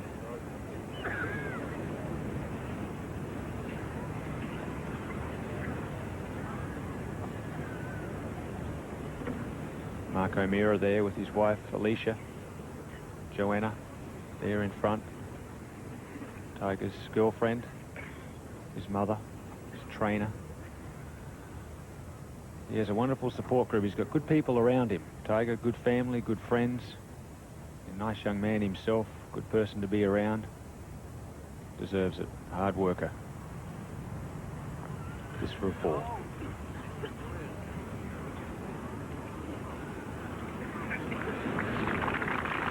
Tiger Woods will make 5 here at the 17th and drop back to 19 under par. He'll take an 8-shot lead to the final hole.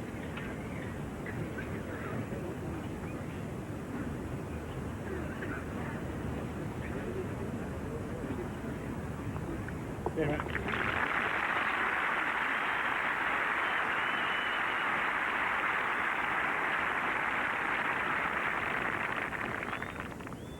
22 birdies, 46 pars, 3 bogeys. He bogeyed 17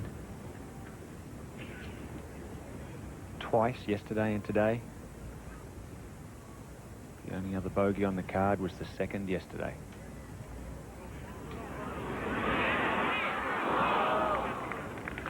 Quadruple bogey 8. Bob Tway had a 9 here earlier in the week. That's the highest score on this hole in the 2000 championship, but there has been a lot higher over the years. And as they walk off the 17th green here, teared up, crowds amassing. I'll pass it over to Mike Tirico and Curtis Strange and watch the final hole of the tournament. It is truly one of the best scenes and part of British Open history. The fans filling the 72nd hole fairway to watch the end. They're getting in position. If it's history, Tiger Woods knows about it. At home in Florida, he has a video collection that would make Blockbuster proud. He has tapes of everything. Old British Opens, old U.S. Opens, old Masters. He's seen how putts break on certain holes. He's studied the history of the game, has visited the museum behind the R&A clubhouse, and now he tees off at the last, leading by 8.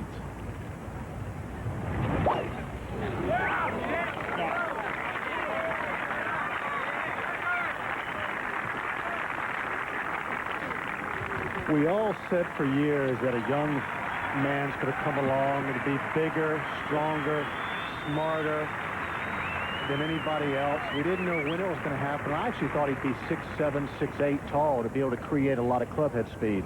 But it turns out to be this man right here, Tiger Woods. He's not as big as that, but he does create incredible clubhead speed. Get close together. And he is, he's something special. After Duval's drive, as the fans rush up, there'll be a moment as the two cross over the Swilcan Bridge, the scene of so many famous pictures. It's hard to find them in the group there as the thousands begin to fill the fairway and hop the 3 yards of the Swilcan Burn.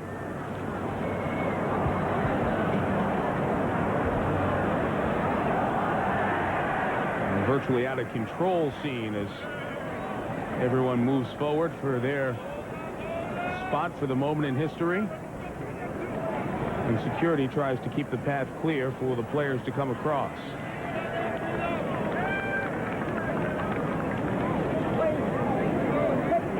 These record crowds, there were just too many people to maintain the crowd as the players try to cross. You know, it's incredible, just to finish my thought a second ago, Mike, it's incredible that the Jack Nicklaus's of the world and Tom Watson's with 8 majors and Arnold Palmer's, that, you know, the best in the world. And then you had in basketball, who I thought were the best athletes in the world, or are the best athletes in the world, and you had a Michael Jordan all of a sudden come along and so much better than the next guy. The NHL, you were the best in the world, and all of a sudden a Gretzky would come along and just destroy the record books. And now in golf, you have Tiger Woods, who is going to possibly destroy the record books. I said earlier this year that all the Nicklaus's records were in jeopardy except the 18 major championships. I thought that was far removed from anything else, but I think now I changed my mind. I think that record is in jeopardy. We'll have to wait and see, but this man seems like he can do anything. He'll burst into view, and the crowd will cheer. And hundreds of flashbulbs popping from paparazzi to the public.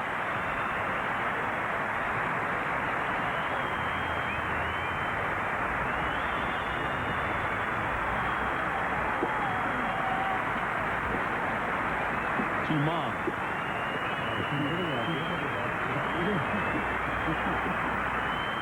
I think Mom will get some better photos than that, though.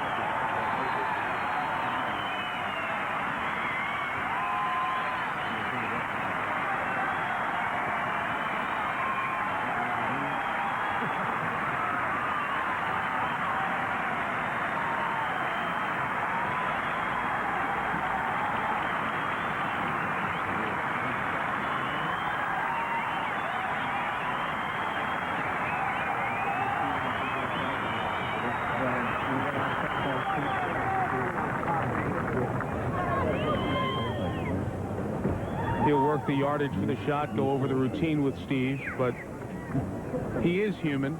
He can't help but have thoughts of the history. Gene Sarazen, the second man to win the Masters tournament in Augusta, Georgia. Ben Hogan, his 9th and final major, completed the career Grand Slam. Gary Player, no one went around the world to play more golf than Gary Player. And Jack Nicklaus, as we've said, the best ever. You know, very simply, Mike, another gold over there is made or hit. He'll carry on from here. He won't think about the history too much up because he's going to go right here from this goal to the next, to the next, to the next. He won't think a whole lot about it, I don't think, until years from now. It's like the shopping at the store. One more is crossed off after a couple more shots. Absolutely. But it's colder and it's into the wind, so I like that one.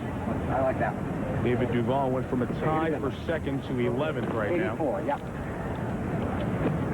And it would be heartwarming to see him make birdie at the last. For him, I'm sure it would be hollow.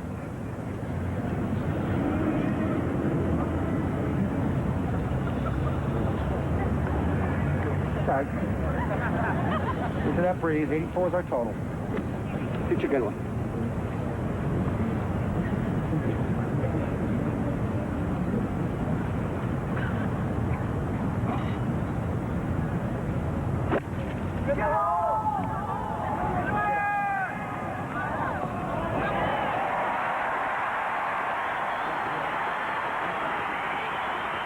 Well done.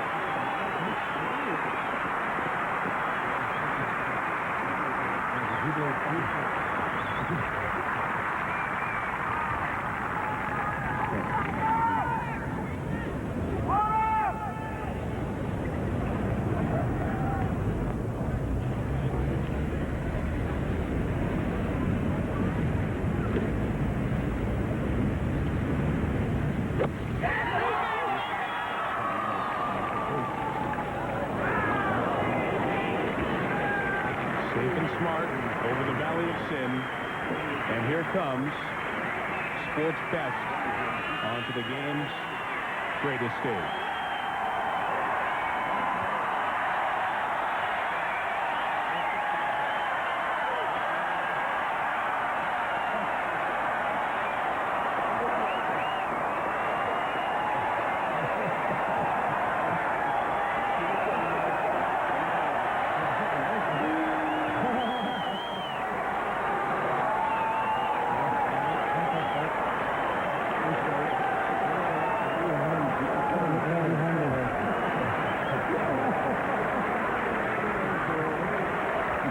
disturbance of a streaker. Not the first time that's happened at the British Open. Not the first time it's happened at this British Open. If you don't follow golf on a regular basis, it's hard to explain the history of this spot right here. Tiger Woods is going to win his 4th career major as Butch Harmon hugs first Tiger's mom, then his girlfriend Joanna. He's going to do it in the place where the game started. We don't have that in baseball. We don't go back to Cooperstown to see moments, or Springfield in basketball. So the symmetry of this just absolutely fits hand in glove with the way his career has been mapped out. Knowing the history of the game, understanding it, striving to achieve it, and rewrite those history books. And he has. Again.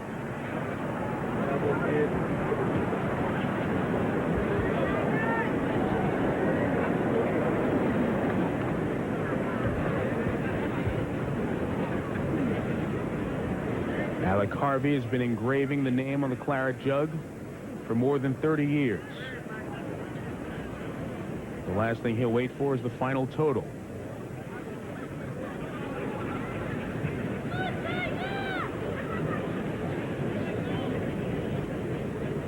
A belt used to go to the champion of the British Open that was retired in the late 1800s.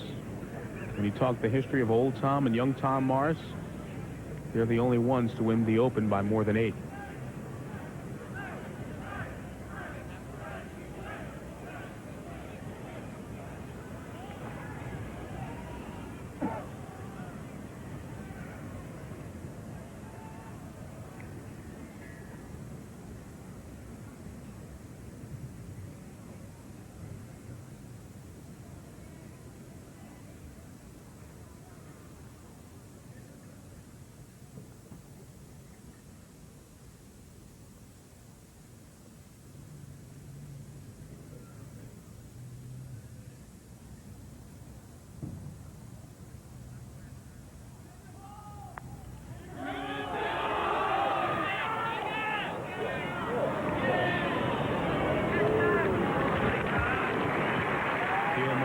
Duval finish. Just a putt or two away from history. As his mom is here to enjoy, you know, Earl Woods is watching with, I'm sure, a tear and filled with emotion as well.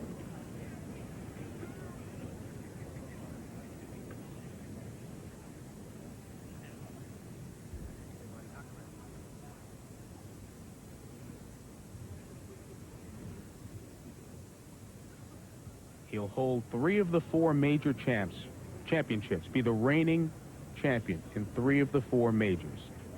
Hogan won 3 in a row in '53. Jack Nicklaus briefly had that title in an odd situation one year when the PGA was early before the Masters. So in that stretch, 71, 72, Nicklaus won 3 of 6 majors played. Tiger will have won 3 of the last 4 majors played.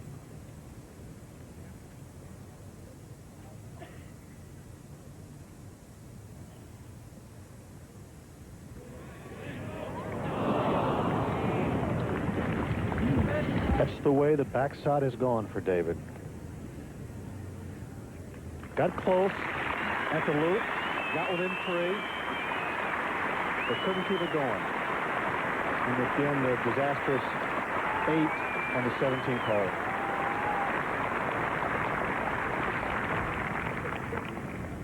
Mark Calcavecchia has joined Mark O'Mara, fellow PGA Tour players, out to watch this bit of history.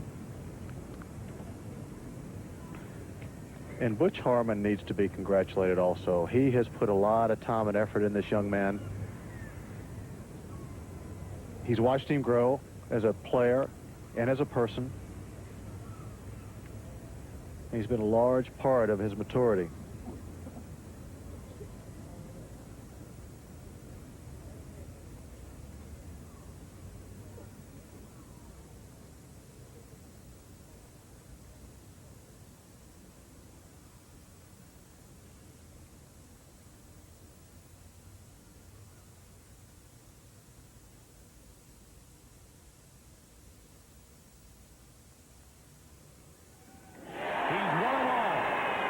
grand slam.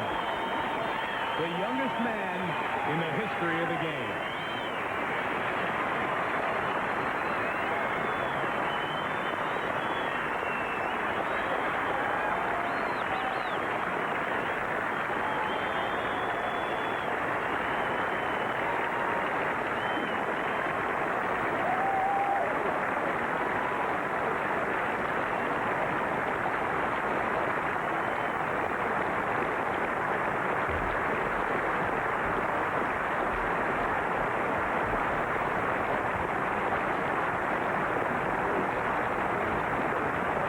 Under par, the total 269. Just more records for Tiger Woods. 19 under, the best score ever in the 26 Opens at St. Andrews. We'll hear from Tiger and more. Coverage of the 129th British Open, presented by MasterCard, after a word from your ABC station. Watching the British Open on ABC. This memorable week, the week of the Millennium Open. The sport came home again this week, back to its roots to celebrate its history and to add to it. The place where it all began 5 centuries ago, all congregating on the North Sea to experience a landscape dominated by woods. Thursday, Tiger's 8 starting pars had some wondering if the build-up may have been too much. But this was a champ merely feeling out his opponent. It was just a matter of time until the old course met the new star, showing strength to handle expectations and the rare errant shot. 67 strokes after it started, you knew he'd be around for the finish. Day 2 started with a goodbye to one of those magical relationships. Great player, great venue. Jack Nicklaus and his 40 years at St. Andrews. Friday, a farewell from the game's home to its greatest player. One last view of the R&A clubhouse, the Swilcan Bridge, and the Golden Bear waving to his adoring fans. 2 eras were again at a crossroad. Where one had been, the other was going. There was no feeling out on this day. Tiger took charge, 32 on the front.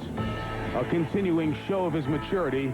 That power is not flaunted, just called upon when the moment fits. Finesse is the reason he stands above the rest. But this was not a foregone conclusion. You see, the sport's most recognizable names and faces spent 36 holes getting into position. It's a position that they're growing to know too well.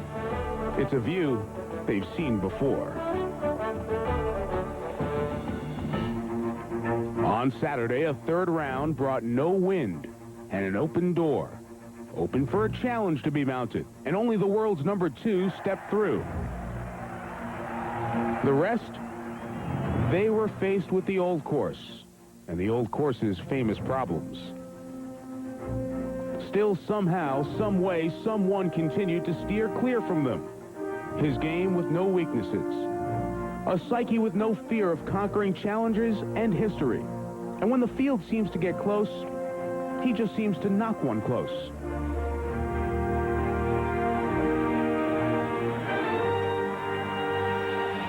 On the day, his lead doubled from 3 to 6, 18 holes from history.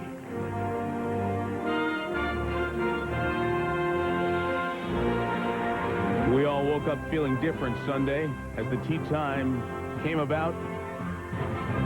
Would Tiger, sensing history, sensing the moment, rise to it again? David Duval was there to say, maybe not. 4 under for his first 7. He closed within 3. Could have gotten even closer. But as the day started going in the other direction for him, the claret jug came more into the sights of Tiger Woods. At age 24, the history chase was another Sunday of a methodical march. Conservative for the front 9, letting it out on the second 9, taking us to major sights we'd never seen before at 20 under par. Crossing the bridge to history. The name Tiger stands out above all, yet again. The history books will show Tiger Woods joining the other greats. Major golf's greatest foursome. Today, they had a fifth join up with them. The foursome's a fivesome for now, but this guy might just be playing through.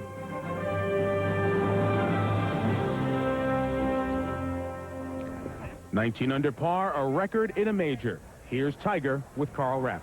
Michael, thank you very much. And Tiger, we're in an environment where golf started. If you would, close your eyes for 1 second. And I mentioned the names Gene Sarazen, Gary Player, Ben Hogan, Jack Nicklaus, Tiger Woods. What are your thoughts? It's pretty special to be in such elite company like that. And I've been very fortunate in my golfing career to have the success I've had, and things have just gone my way. I've worked very hard to achieve what I've achieved, but we need a few lucky breaks to go your way. Jack Nicklaus said a golfer's career may not be complete until he wins at St. Andrews. You're only 24 years old. We know the career isn't nearly complete, yet the significance of winning here to you, what does it mean? Well, this is the home of golf. This is where you always want to win. And as I said before the U.S. Open, is that if you want to win two championships on the ultimate venues, it would be Pebble Beach and then St. Andrews. And I've been very fortunate to win them both and have them both in the same year. And things have, boy, it's just hard to believe things have just gone my way. You've won at Augusta, you've won at Pebble Beach, you've won here at St. Andrews. Your coach, Butch Harmon, says you're about 75% of your abilities. Have we seen the best, in your opinion, from Tiger Woods yet? No, definitely not.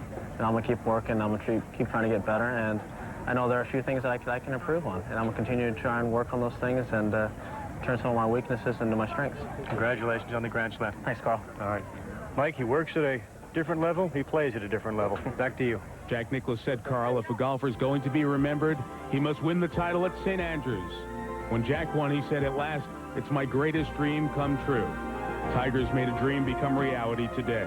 He will accept the claret jug at the presentation that comes up, and we will show you that during the Michigan 500, which is coming up next on ABC Sports. We'll also see you for a recap at 5 p.m. Eastern as soon as the race is done. Now for Carl Ravitch, Frank Hannigan, Gary Smith, Judy Rankin, Bob Rosberg, Peter Alice, Ian Baker Finch, Steve Melnick, Curtis Strange, and our host Jim McKay, Mike Tirico. Thank you for being a part of a special moment.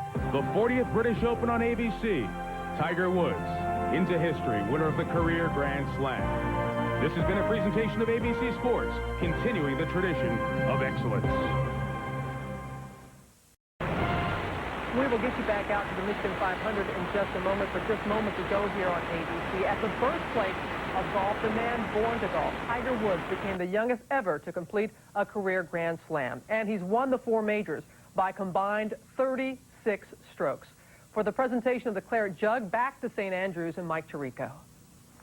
Robin, thank you. The presentation on the 18th green. Here's Peter Dawson, Secretary of the R&A. With a score of 269, the winner of the gold medal and the champion golfer for the year, Tiger Woods.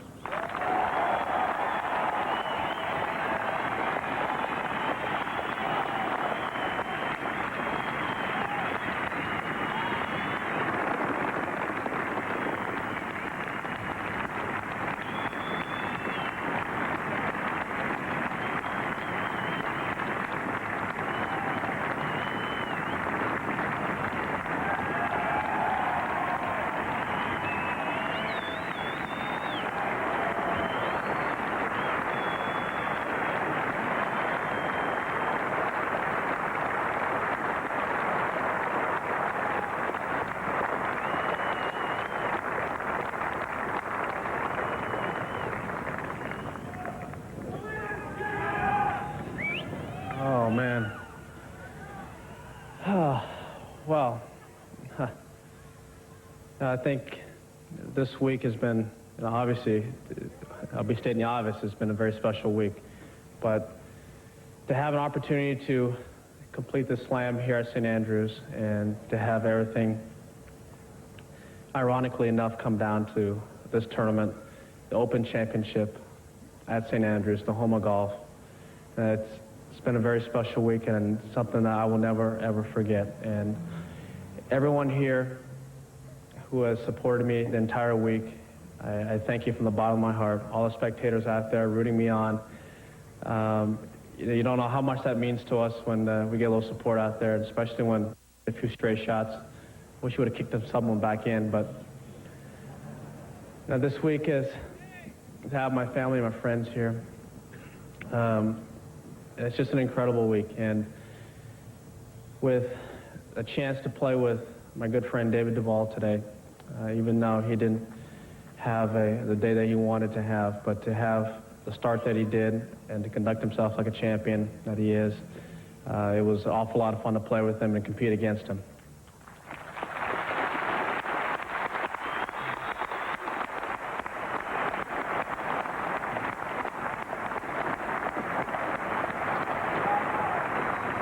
And the two gentlemen standing behind me who finished second, Thomas and Ernie, they both had a wonderful tournament, and I'm sorry I made a few putts this week. But these guys are champions in themselves, and they deserve a round of applause.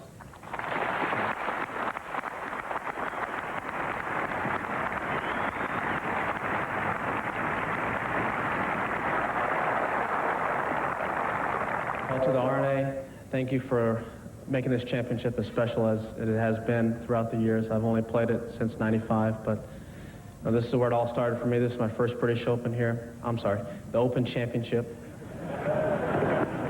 This is my first, and to come back here and to finally win here, it's truly special.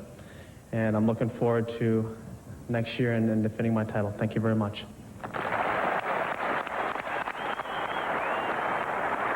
The Michigan 500 will look back at Tiger Woods' historic victory at St. Andrews, the British Open presented by MasterCard, 5 Eastern, 2 Pacific. And oh, by the way, it wasn't a bad day at the office either overseas for Lance Armstrong, and later we'll have more on him successfully defending his Tour de France title. That's our Wide World of Sports mobile update. Back now to the Michigan 500.